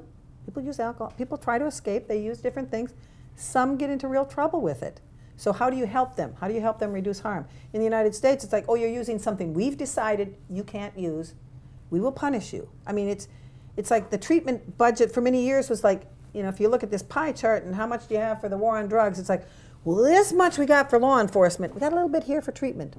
Yeah. I mean, I worked at the University of Virginia. Alcoholics needing to get into the treatment program, and we'd have a waiting list. And then I'd get somebody who's coming in court-ordered for treatment because he got busted for cannabis. And I mean, the good news, well, the way it was at the University of Virginia, it was a teaching hospital, and so the nurses who knew addictions would actually train the residents. So we would do the intakes. And I remember seeing one kid, and I said, I can't admit you. And he's going, no, you've got to. You've got to. The judge said I've got to go to treatment. And I'm like, but you aren't an addict. I've got people on a waiting list who are dying. I mean, they're really in serious trouble here. They got to come in before you, I'll call the judge up if you want, whatever. But I'll call the judge, tell him you're fine. Yeah, but it's, right. The idea that, and of course that gets back to the whole thing with urine testing. The whole drug testing issue, cannabis is by far the biggest problem because it stays in your system so long. And my feeling is it stays it's fat soluble, but so physiologically that kind of explains it, but it also explains the fact that the body's not in any rush to get rid of it. Whereas you drink alcohol, your liver is getting it out of your system as fast as it can. Can't do it that fast, but it's getting it out. Just like your stimulants get out, your opiates get metabolized, but pot, it's going to stay in the system for a long time. And people are losing jobs. You were saying, we were talking about that earlier. After so many years of Patients at a Time conferences in 2010, a core group of us started the American Cannabis Nurses Association. And for a lot of nurses joining that, they would say, the list is confidential, isn't it? I can't let my employer find out. Or they put a fake name even. Yeah, I mean, the paranoia is for everybody. So patients are afraid of getting stigmatized and looked down on by healthcare professionals, let alone being afraid of getting arrested or their kids taken away or anything like that for cannabis. Healthcare professionals are scared of losing their license. All these things. You can't touch it. You can't recommend. I mean, you can't tell them where to go to get it. You can't. I mean, it's just silly things that. I mean, really, this is this dangerous drug.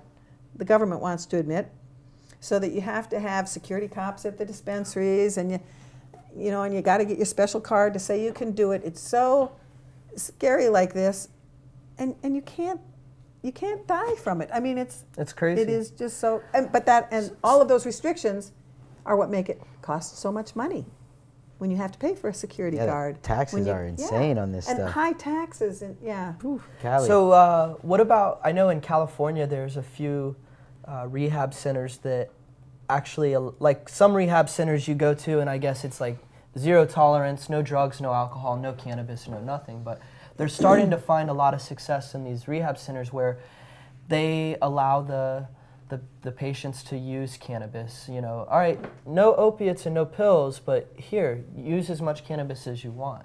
And they're finding a great success rate with that.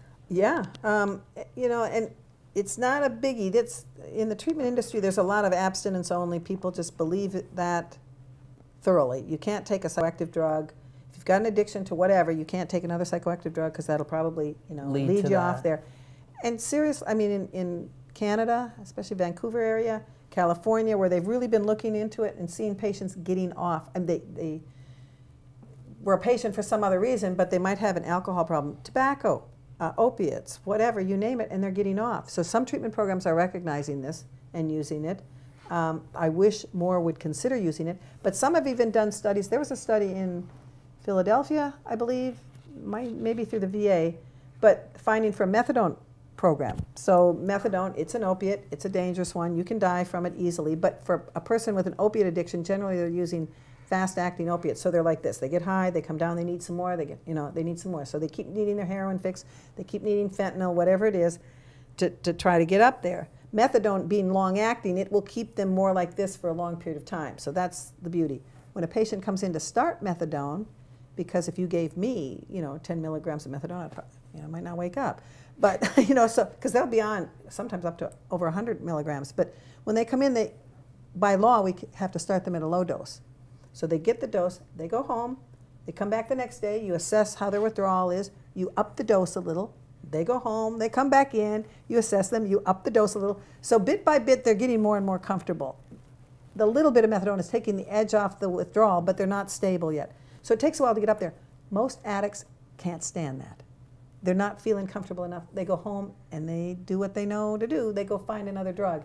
If they take that other drug while the methadone is peaking, they don't wake up.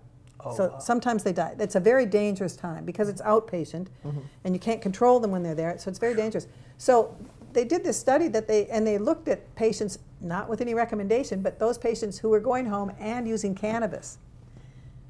Clearly, they don't have to worry about the overdose, and they stayed in treatment longer. It was like, hey, you know, this really helps get them. Now, other than that, I know that a lot of patients in methadone treatment programs have used cannabis to get off the methadone. And if you think about it, Greg Gerdeman here in Florida, a PhD biologist who really was getting his PhD when the endocannabinoid system was discovered, so he really understands it, and he really pays attention to reward, the brain and the reward system. And again, the fact that this puts us back in balance. Drug abuse is being, an addiction is all about out of balance. You continue using this drug despite the problems it causes. Well, in this case, you know, it's putting somebody back in balance. So, you know, treatment people, down the road we will see it. It will be standard. I mean, I can't help but see it won't. Even if they're getting hemp seeds in their diet and, you know, and something like that to help their body get back in balance. It's been thrown way out by too much of some drug that is not natural, is not meant for the body. And this is just getting them back, helping manage the withdrawal symptoms, putting their body back in balance.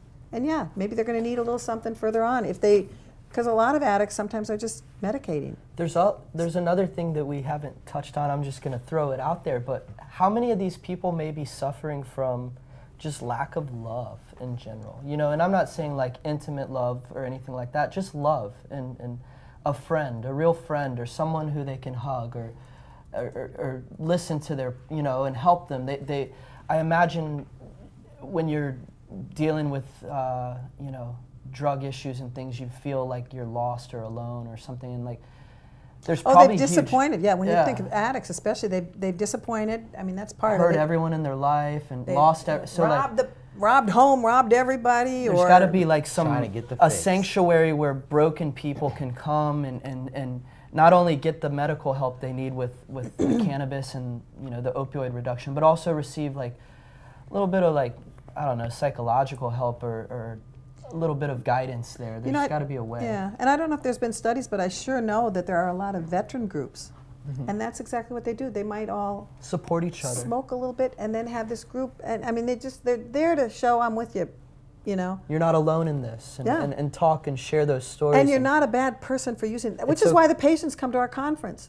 They've been kicked out of doctors' offices. They've been made to feel like they're an addict. There's something wrong with them that they're using this, and they come to the conference and they're like, oh, there's really science behind it. Oh, these, you know, and it really helps them feel I'm not a bad person. Oh, I was so proud to find out that I had an endocannabinoid system in my body, and that all this time You're that taking care of it. I was using cannabis, and it wasn't a bad thing after all. That, like, you know, when you're a young teenager and you're doing cannabis recreationally, or when you're not supposed to, maybe you feel really guilty about it, and you gotta hide it. And your whole life you're hiding this thing from your workplace, and from your school, and from your parents, and your church, and you know, everyone in your life you got to hide this plant from. And so, like, now here we are years down the road, and to learn that it's helping people and that it's vindicated. We have an endocannabinoid system.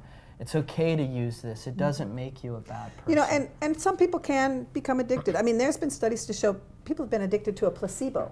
Oh, yeah. So there's a lot of mental as well as physical stuff that goes with addiction. But it's so rare with cannabis. Yeah, I mean, the idea of how much healing it gives to so many people, and for what? Just arbitrary. I mean, Judge Francis Young, when he was the DEA judge back in 1988, with that case, the petition to reschedule cannabis, when he said it was one of the safest therapeutic substances, he also said something about, and it would be unreasonable, arbitrary, and capricious for the DEA to continue to stand in front of people. It is. It's like there's no rational or compassionate reason to take this plant away from people. Lack of education is one thing I see. Like, they continuously regurgitate the old rhetoric and the stigma and the negative propaganda that's attached to the plant, and you know, all those things continue to get re-brought up. Yeah, Jeff Sessions. Yeah. Good people don't smoke marijuana. Where? It was like, oh, really? What a hear statement. It's like, holy cow. I think there You was feel like he crawled, you know, he was in a cave or something all these years. It's like, have you not been paying attention to any of the science? There was one congressman I saw, I believe his daughter or someone close to him and his family acquired some kind of illness that cannabis was helping. And it took that in his life for him to wake up and realize that there was, you know, once it affects someone that you love or you know personally and you've seen it firsthand dramatically change their life, it's hard for you to say no to anybody that's expressing. Yeah, you can their dismiss other people and just, you know, faker. It's a, you know, they're just hanging on. They're just trying to get, you know, disability out. They just want to, you know, whatever, losers. And then all of a sudden it's somebody you know. And they're really sick and something's really wrong, and then you see what it does, and it, yeah, light bulbs go off. Because there are some people that are open, and there are some people that won't. But when it hits them home, when I was younger, I had that ignorant perception. When they very first started talking about medical cannabis in California, I was like, oh yeah, medical cannabis in California, like, oh, let me pretend I'm whatever. Like, it didn't sink in for years. And I used cannabis then. I wasn't against cannabis. No, but you just figured you were using it. I didn't think that was a real thing. And then now, like, to learn the science and the research and see the people that it's helped firsthand, and there's no denying it. And I think sometimes it is, you know, if you're fairly healthy, you don't really notice much. I mean, if you're using it for some THC to get high, and again, people high, it's not out of control. I don't know what I'm doing. It's not drunk. It's not crazy. It's feeling really good. It's euphoria. Yeah. It's your senses are more open to things. It's just life seems better, and that's a good thing. Especially a good thing for dying patients. Oh yeah. You know, the idea and a side effect is euphoria. Oh, heaven forbid, you know. And that is the scary thing. Elderly are like, oh yeah, I want the medicine. Can you give me that CBD stuff? Because I don't want to get high. Like, they're afraid they're going to be out of control. And again, clinicians who understand that, you know, fine. Start with something high in CBD so they kind of get a taste, and gradually add. And they can have it without THC. There's no pushing there, but for the most part, they're going to find more benefit when they've got this balance. Even a small amount of it. Yeah, and you just add a little bit more. And again, the high from the THC is dampened down by the CBD. So a plant that's really high in THC with none of this else, it's really out there. You got THC and some CBD in there, that's even going to bring that level down a little. So it's generally not way out there. And for someone who's just tiptoeing and trying to experiment with cannabis for a first time or as an option, CBD is a great way to introduce them to it, or microdosing. And, you know, it's real important that you give them a little bit of guidance on set and setting and time of day. Like, you want to make sure maybe your schedule's clear if it's your first time, and maybe it's in the evening when you're relaxed and you're comfortable at home. Or yeah, because you talk like a little pinprick size for the hedgehog. Oh, yeah. Sometimes people with cancer, I mean, there's some folks that's what they'll start with, just a little bit on the tongue to just say, do you notice anything? Some people might and some people no. Okay. Yeah, and it's increase until you do start. Such a mantra, start low, go slow. Yep. And of course the other worry is edibles are so wonderful for many patients because keeping a level in their system for a much longer time. Instead of just smoking every so often, like for glaucoma, you want to try to keep that pressure steady. It would make more sense to have something edible or something like that. But the worry is sometimes going to a place that's used to recreational and the patient goes there and they get bombarded with, oh, we've got this, and then we've got these tinctures here, and we've got this bud here. And the patient goes home and tries a few, tries the edible and doesn't notice anything. So then they try this and they try that, and then pretty soon, oversaturation there.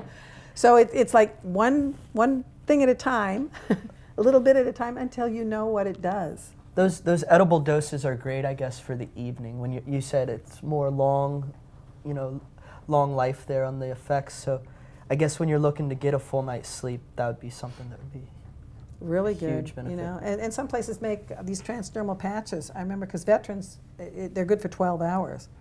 And they put these patches on and it just slowly gets absorbed in the system, and it's like, oh wow, first night I've slept since they got back from Iraq or something. That's like much more discreet, I would say. Yeah, nobody notices no odor. it. Yeah, nothing there. You put it on your wrist because of the blood vessels, or on the inside of your ankle, just to get close to you could put it anywhere, I guess, but close to the blood vessels, because those are meant to get into the skin, whereas there are salves to be like on the joints for arthritis.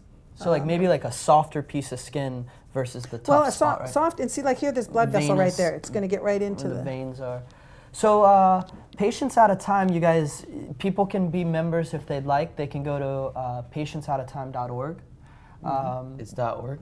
.org. .org. Out of Time. I didn't know if that one was .org. I've been writing them in for our followers. Yeah, MagicalCannabis.com, more of just the science and the stuff, and then patientsoutofTime.org as the organization. And we really, it's like, it's your organization. We want everybody who signs up using that resolution, take it and read it, because it just reads like letting you know that the fact that cannabis has been around, used as medicine forever, that you can't die from it, that it's, the science, it just goes on all of, it's facts. From a doctor's perspective. And the only result is left is it's got to be descheduled. It's like just, if they descheduled it, things will take a long time. If they reschedule it, forget, that's a whole nother ballpark. Research will be easier, but it's still not going to be easy to get to. If they could deschedule it and let the plant be the plant, the companies can still go on and try to make their product. They'll still have to go through the FDA and do it that old-fashioned way, but you can grow it in your backyard. I mean, it's like, hello, it's descheduled. Okay, cops, it's not illegal anymore. We have a medicine, digitalis. It's made, heart medicine, made from foxglove, a plant that you can grow that plant. That plant's toxic. You keep trying to say people, it's like, you can make a medicine from it, and we can grow this plant that's toxic.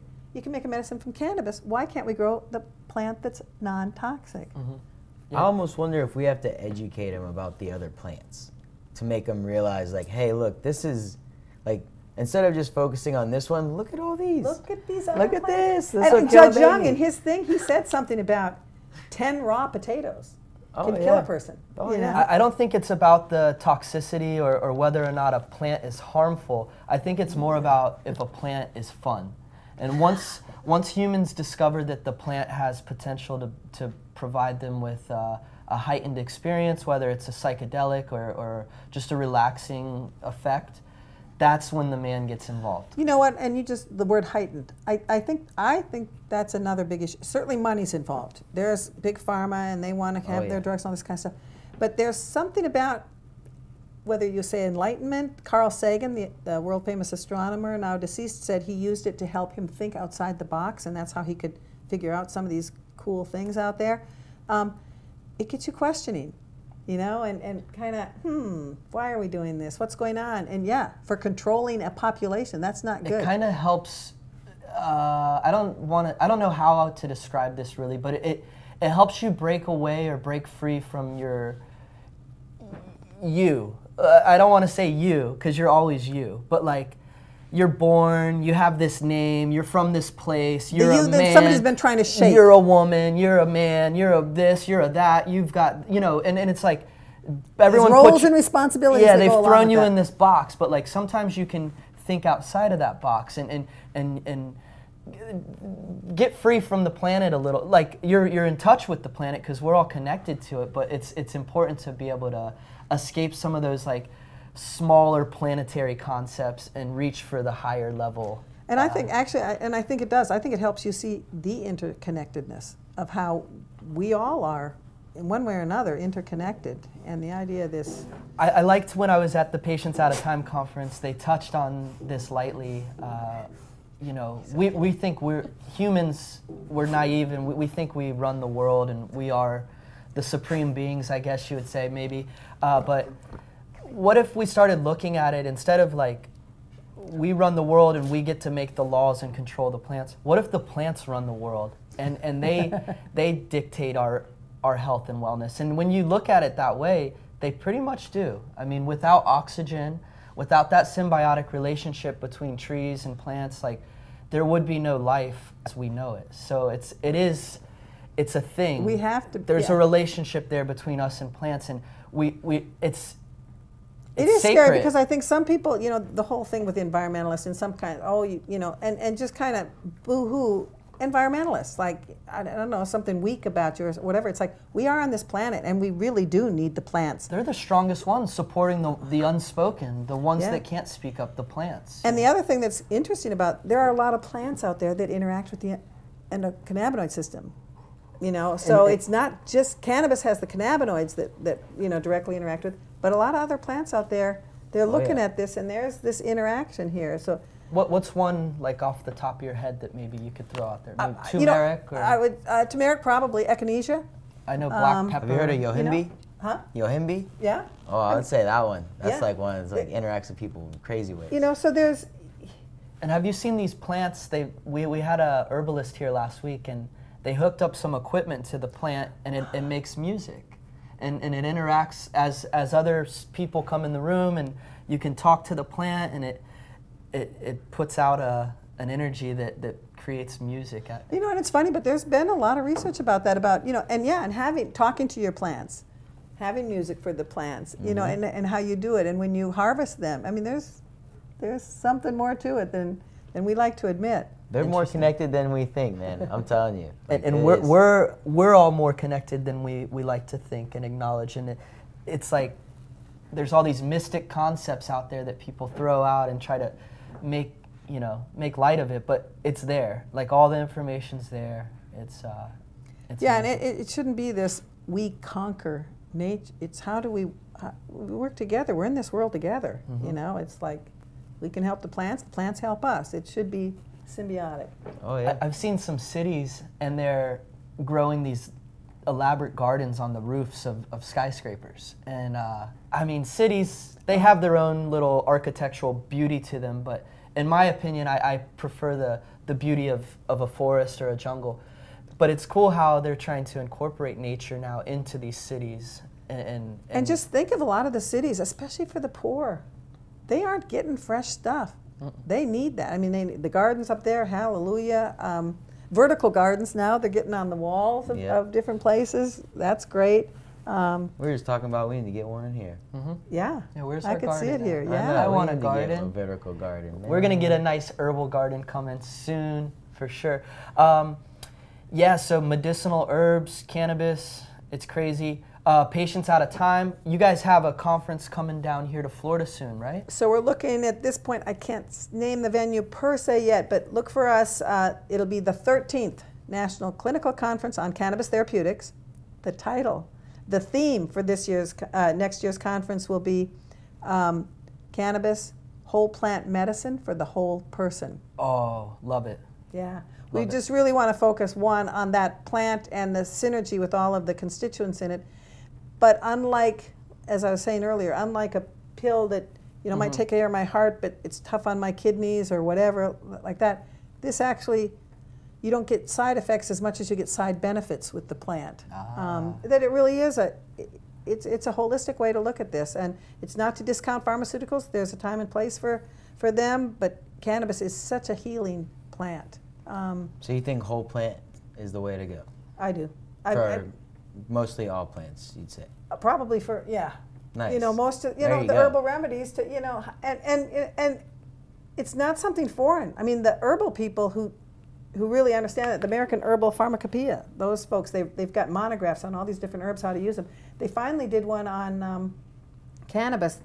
They're due for their second one out about how to use it medicinally. But the first one was how you grow it, how you make the different preparations, how you do this safely. Like when you're trying to extract, because it's fat soluble, you've got to extract the cannabinoids from that to make it into something. The solvent that you use, I mean, if people don't do that right, now all of a sudden you've got a toxin into your cannabis product. So, it's how do you do it correctly? How do you label it correctly? How should you package it? So there's guidelines for everyone, to use to make it safe. You do it in your own home. Again, Magical Butter. You do it with the Magical Butter thing. You know your plant. If you didn't grow it, hopefully you know somebody who grew it, that they grew it organically. You don't want to start out with crap that's been sprayed with pesticides. Yep. But then you make, whether butter, oil, or whatever, and then cook with it. Do it. It's like perfect.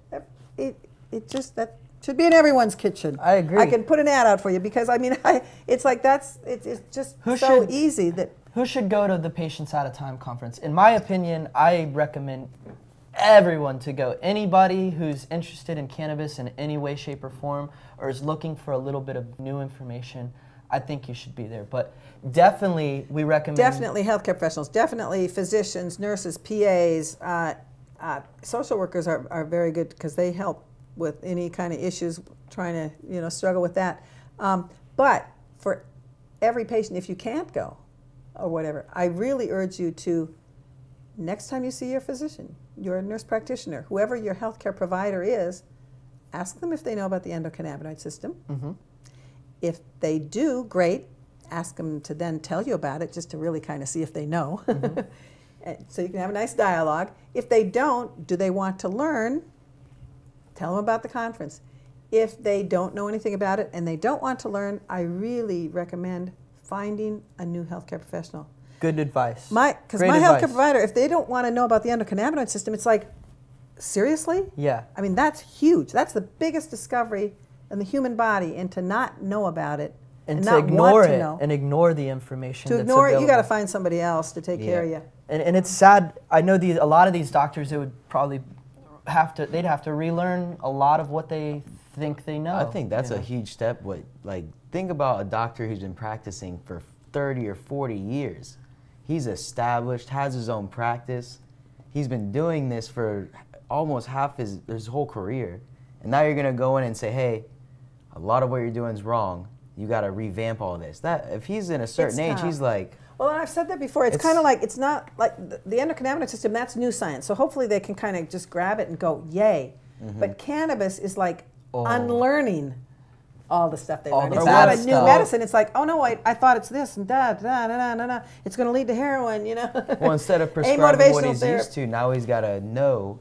I could just imagine I know a lot of doctors, they complain lot. about the titration and the dosing. And they're used to telling you, yep. take 30 milligrams twice a day, take this one, whatever. And this one, it's like, well, why don't you start with that and just, try a little and see how it goes. I mean, the patient we're learning from patients. They come back and, and they've tried this, and then you'll get another patient like the RSO. We talk about Rick Simpson oil. Rick Simpson up in Canada, who made the concentrate and is using it with patients and having some success, and it's like, wow, we're learning from them. Wow, you concentrate those and they really could do this? Wow, that's amazing. Yeah. So, in the United States, unfortunately, our scientists are so tied up. This is the toughest thing to do research on. It's tougher to do this than on LSD, peyote, MDMA, ayahuasca, you name anything, because they have to go one extra step through NIDA to get it from the farm that's grown in Mississippi. Let's talk about that, because Dr. Sue Sicily is one of the doctors that's able to do this clinical research. She's gotten the special approval, went through years and years of struggles and hoops to be approved to start doing clinical trials. And the cannabis that she's getting, if you can even call it that, it looks terrible. It's like the worst quality of plant matter possible. It's possibly old and dated and dried out, and sticks and stems and seeds and that's what we still have. That there's still 2 patients getting cannabis from the federal government by a program that's now closed. What's the one guy who gets it in the big can? Irvin Rosenfeld Irvin, and holy Elvie cow. Masika. Irvin and Elvie are 2 people left. He showed us that, and they smelled nothing like what you want. A canister with 300 cigarettes. And some of theirs has been 15 years old. it smells like hay. Like if you've ever been in a barn or out on a farm and you scooped up some hay out of a horse's barn, that's what the cannabis looks and smells like. And it's dry and crumbly like that too. They freeze dry it and they save it. It is pretty low quality. Yeah, and the low THC in it. It's not what a lot of patients would use, but to do the studies in the United States now, all of these different hoops to get the approval, you've got to use the Mississippi. So yeah, she's using that, and the quality is poor. When we opened one of George McMahon, but he opened his canister, he unsealed it, opened it up, randomly reached in and grabbed a couple cigarettes. They roll them in Pall Mall papers, and put it down on the table. We just opened them up, put the stuff down there, and took pictures. And yep, seeds and stems in there. No, you wouldn't be going to a dispensary. They'd be ashamed to be giving you something like that. Seeds and stems. Seeds and stems in among this dried, flaky. And that's from the government? Leaf. That was the government stuff. And the patients did say, after that got out, they did say for a few years, their stuff did increase a little bit in quality. I was going to make a joke, but you almost don't want to. It's like, man, that's what you expect. You're like, holy cow. It is sad. It's like you'd never sell an herb. We don't sell any. They all have expiration dates. Oh, you know that, and usually it's not 15 years from when it was made. That's is it good for 2 years, 3 years, 5 years? But it was really cured. Yeah, and Elvie so Masika, who uses it for glaucoma, she will take it out, and it is so dry. She'll unwrap them all, and she puts it in a baggie with a lettuce leaf or something, just to put a little moisture back into the product. And of course, for her glaucoma, she likes to make cookies. But if there was a guy that could just help her out and get her like the best, most organic product instead, like that would be great. Just not make her go through that. Like having to put like a leaf into the, like, oh man, a poor man and woman to have to do that. Pretty amazing story though for them to be able to have the federal government acknowledge their illnesses and their need for this plant way back then, and then agree to supply them with cannabis. Even that was about fighting. They fought for that. Bob Randall, another Floridian, who first got access. He was in Washington D.C. at the time, and then moved down to Florida. But when he won his court case, medical necessity, he'd go blind without it, and the government started giving him some. And again, his law firm had to go back to the government saying, well, if he can't grow it, now what? So they got him into the program.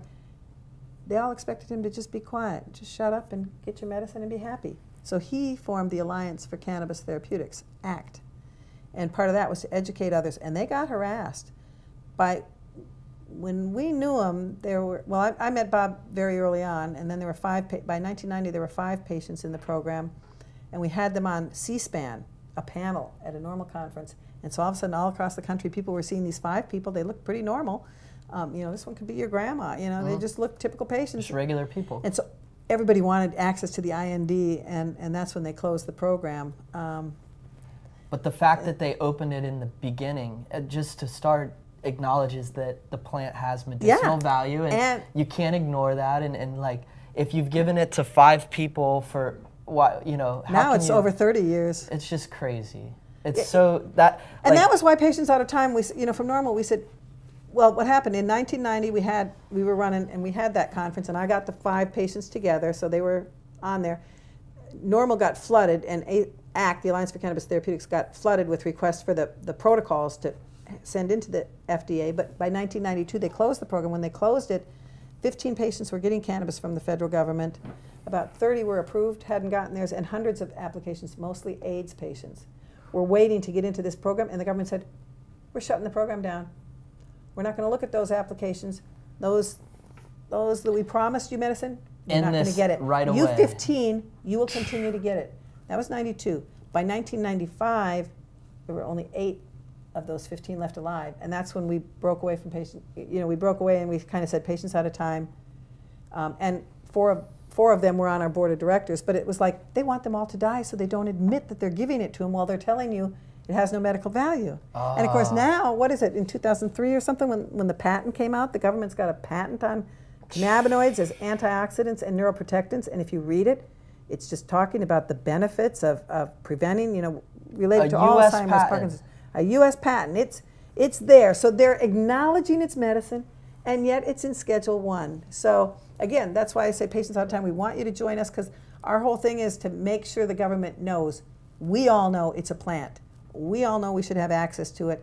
The more we learn about this plant, it is a highly beneficial plant, and the prohibition is the crime. Well, like they say, knowledge is power. And once you start to empower yourself with the information that's out there, you can start to empower your friends and affect your small circle and affect your family and your neighbors and let everyone know that they have an endocannabinoid system. Like you said, ask your doctor if they're familiar with that. But there's like all this info there. People can go to patientsoutofTime.org and see all your historical presentations. So we will have all those archives. They're going to be up and available for viewing. And again, there's memberships. You can certainly join, be an annual member. You can be a sustaining member. We'd love our sustaining members. Is the memberships on both websites too? The medical cannabis will probably just redirect you back to patientsoutofTime.org. Cool. I was trying to Thank you. But yeah, by all means, we need to have a huge army. We need to make sure they understand that we. And calling the all prohibition is, and you know what? Police have better things to do. Calling all, especially with terrorism, cannabis business people that are in this industry and are looking to be more legitimate and find out the real information. Support this cause. Patients Out of Time they've been doing it the longest that I know of for all the right reasons, and you guys are just amazing. And you guys, I've heard you've made that plea before that there's all this money that's coming into this cannabis space and this industry. Where is it going? And let's make sure it's going to the right places and support the research, support the laws to change. It's the only way that this is all gonna work. Yeah, it seems like it's a win-win. I mean, our goal as a nonprofit, the more we educate healthcare professionals, they're aware of it. They know to tell their patients about it. Because right now it's patients begging, or if they dare approach their healthcare provider, they're kind of saying they're begging for help in that arena. And when you say patients at a time, for the spell, is it patients like patients, or I know you're kind of... Think of hospital patients. Yeah, your patients might be out of... I know you're funny with words. You might be impatient words. about this, so I don't but know, it's that's why I gotta patient. ask. The patients themselves, Yep. patients are out of time, and that is exactly it. Exactly They've it. died without it. Mm-hmm. I mean, you can't get it, and they've died. I get these calls, and it's like, okay, they live in the wrong state, can't travel anymore, no, too sick, and I get myself in trouble for being out on this, but I can't legally tell them what to use and all this. So what I do is tell them what I would do, and I would commit crimes. If it were me and my family, somebody had, cancer and they needed it, and I lived in the wrong state and they couldn't move, I'd find it, I'd get it, I'd give it to them. Better to be illegally healed than legally dead, right? Exactly. I mean, and any person who loves somebody is not going to watch them suffering when there's this plant there, natural plant, God-given plant. It's out there for people to use, and for please question. That's kind of one last thing I changed my thought to, is instead of trying to, it should be legal, it's like just looking at these people and saying, please explain to me why you rationalize the fact that this plant is prohibited. Why? Why did we ever do this? If they really stop and ask themselves why, you got to go back to how it came about, and there's no rational reason. Real question, like crazy. Why are we doing this? I think that potentially there's got to be a reason, because at this point, you can get a It's control and money. It has nothing that can make you trip, and it can kill your baby. And you can go and you can buy it at Home Depot and grow it, but something like cannabis, it's a war on a lot more than drugs. I think, it's a war on health. It's a war on consciousness. People. A war on wellness. A war on the people. And the earth. I hate to use the word war, because it's all the people that are advocating, not fighting, advocating for this are not fighters. They're not. They maybe were at some time veterans. Principled fighters, not. Yeah, they're fighting for a cause that's something that we should all be passionate and be aware of. And definitely check out patientsoutofTime.org. If you're able to travel or attend one of their conferences, they do them every year. They do them all over the country. You guys have done them in California, New Jersey, Florida, Oregon, Rhode Island, Arizona. It's just all over. And if you're not able to attend them, at least go support them. Go on the website, research some of the information, watch some of those videos, read some of the presentations.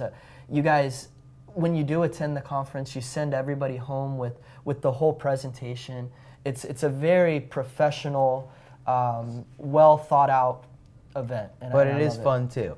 Like I said, you get to meet Dr. Uma. That lady's a blast, man. She's a wealth of knowledge and a lot of fun. So yeah, that's so are you. It's a lot of information, but we try to have time there because networking is one of the biggies. And for anybody who doesn't even want to go to the conference but might want to support the cause, Friday evening, which would be April 12th, we'll have a benefit dinner, and that should be great. That'll be in the aquarium in Tampa.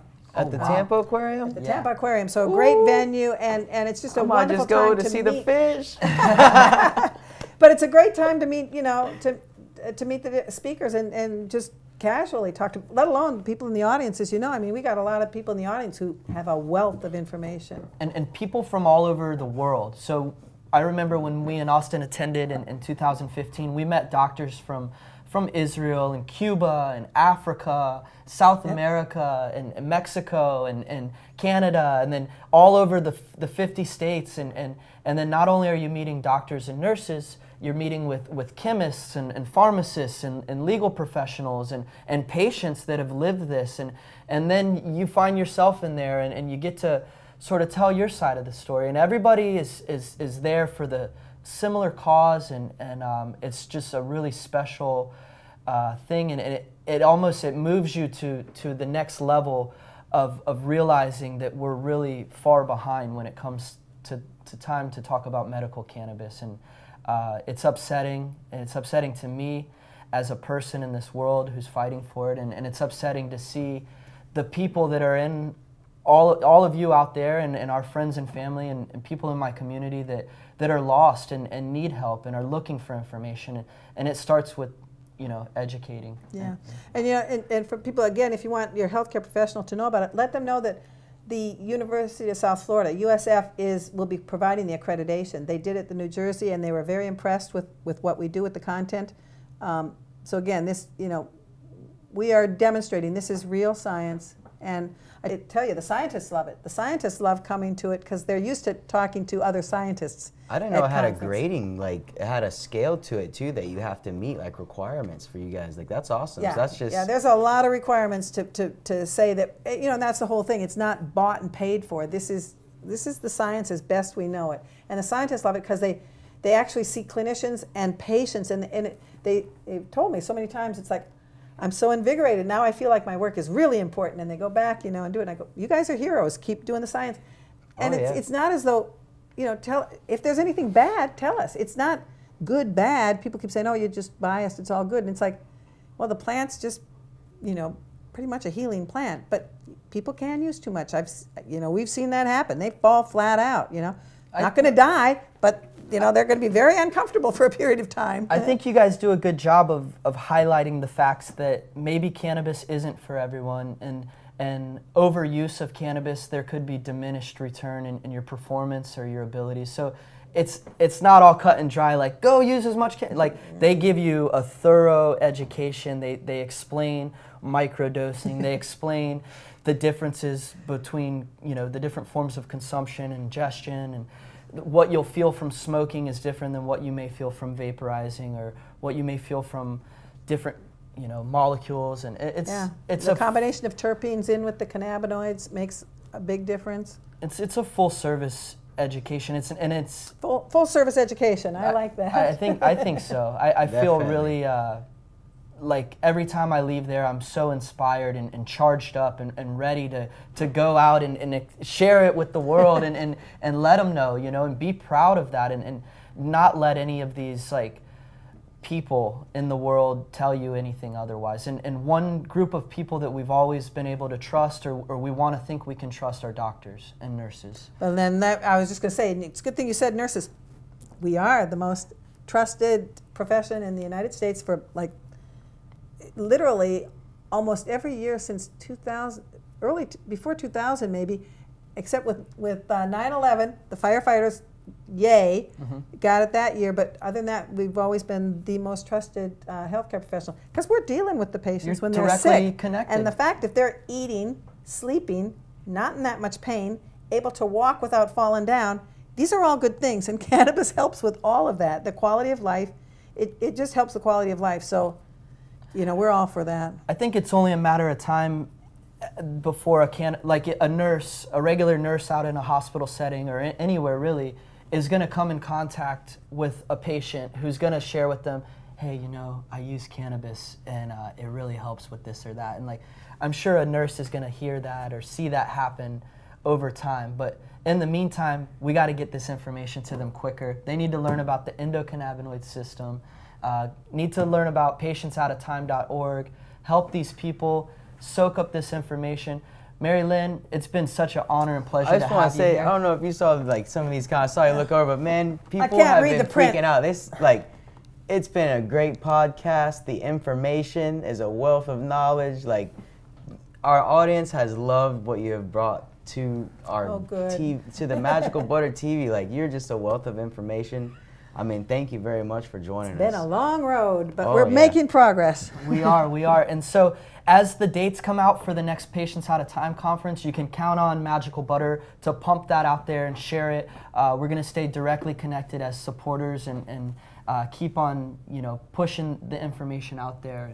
And as you get those videos up and the archived seminars, we'll also be resharing those on our channel. So make sure you guys tune into that. It's going to be a lot of good content for you. Definitely. Yay. So thank you so much, Mary Lynn. Make sure you guys check out MagicalCannabis.com and also patientsoutaftime.org. Anything you'd want to leave the people with?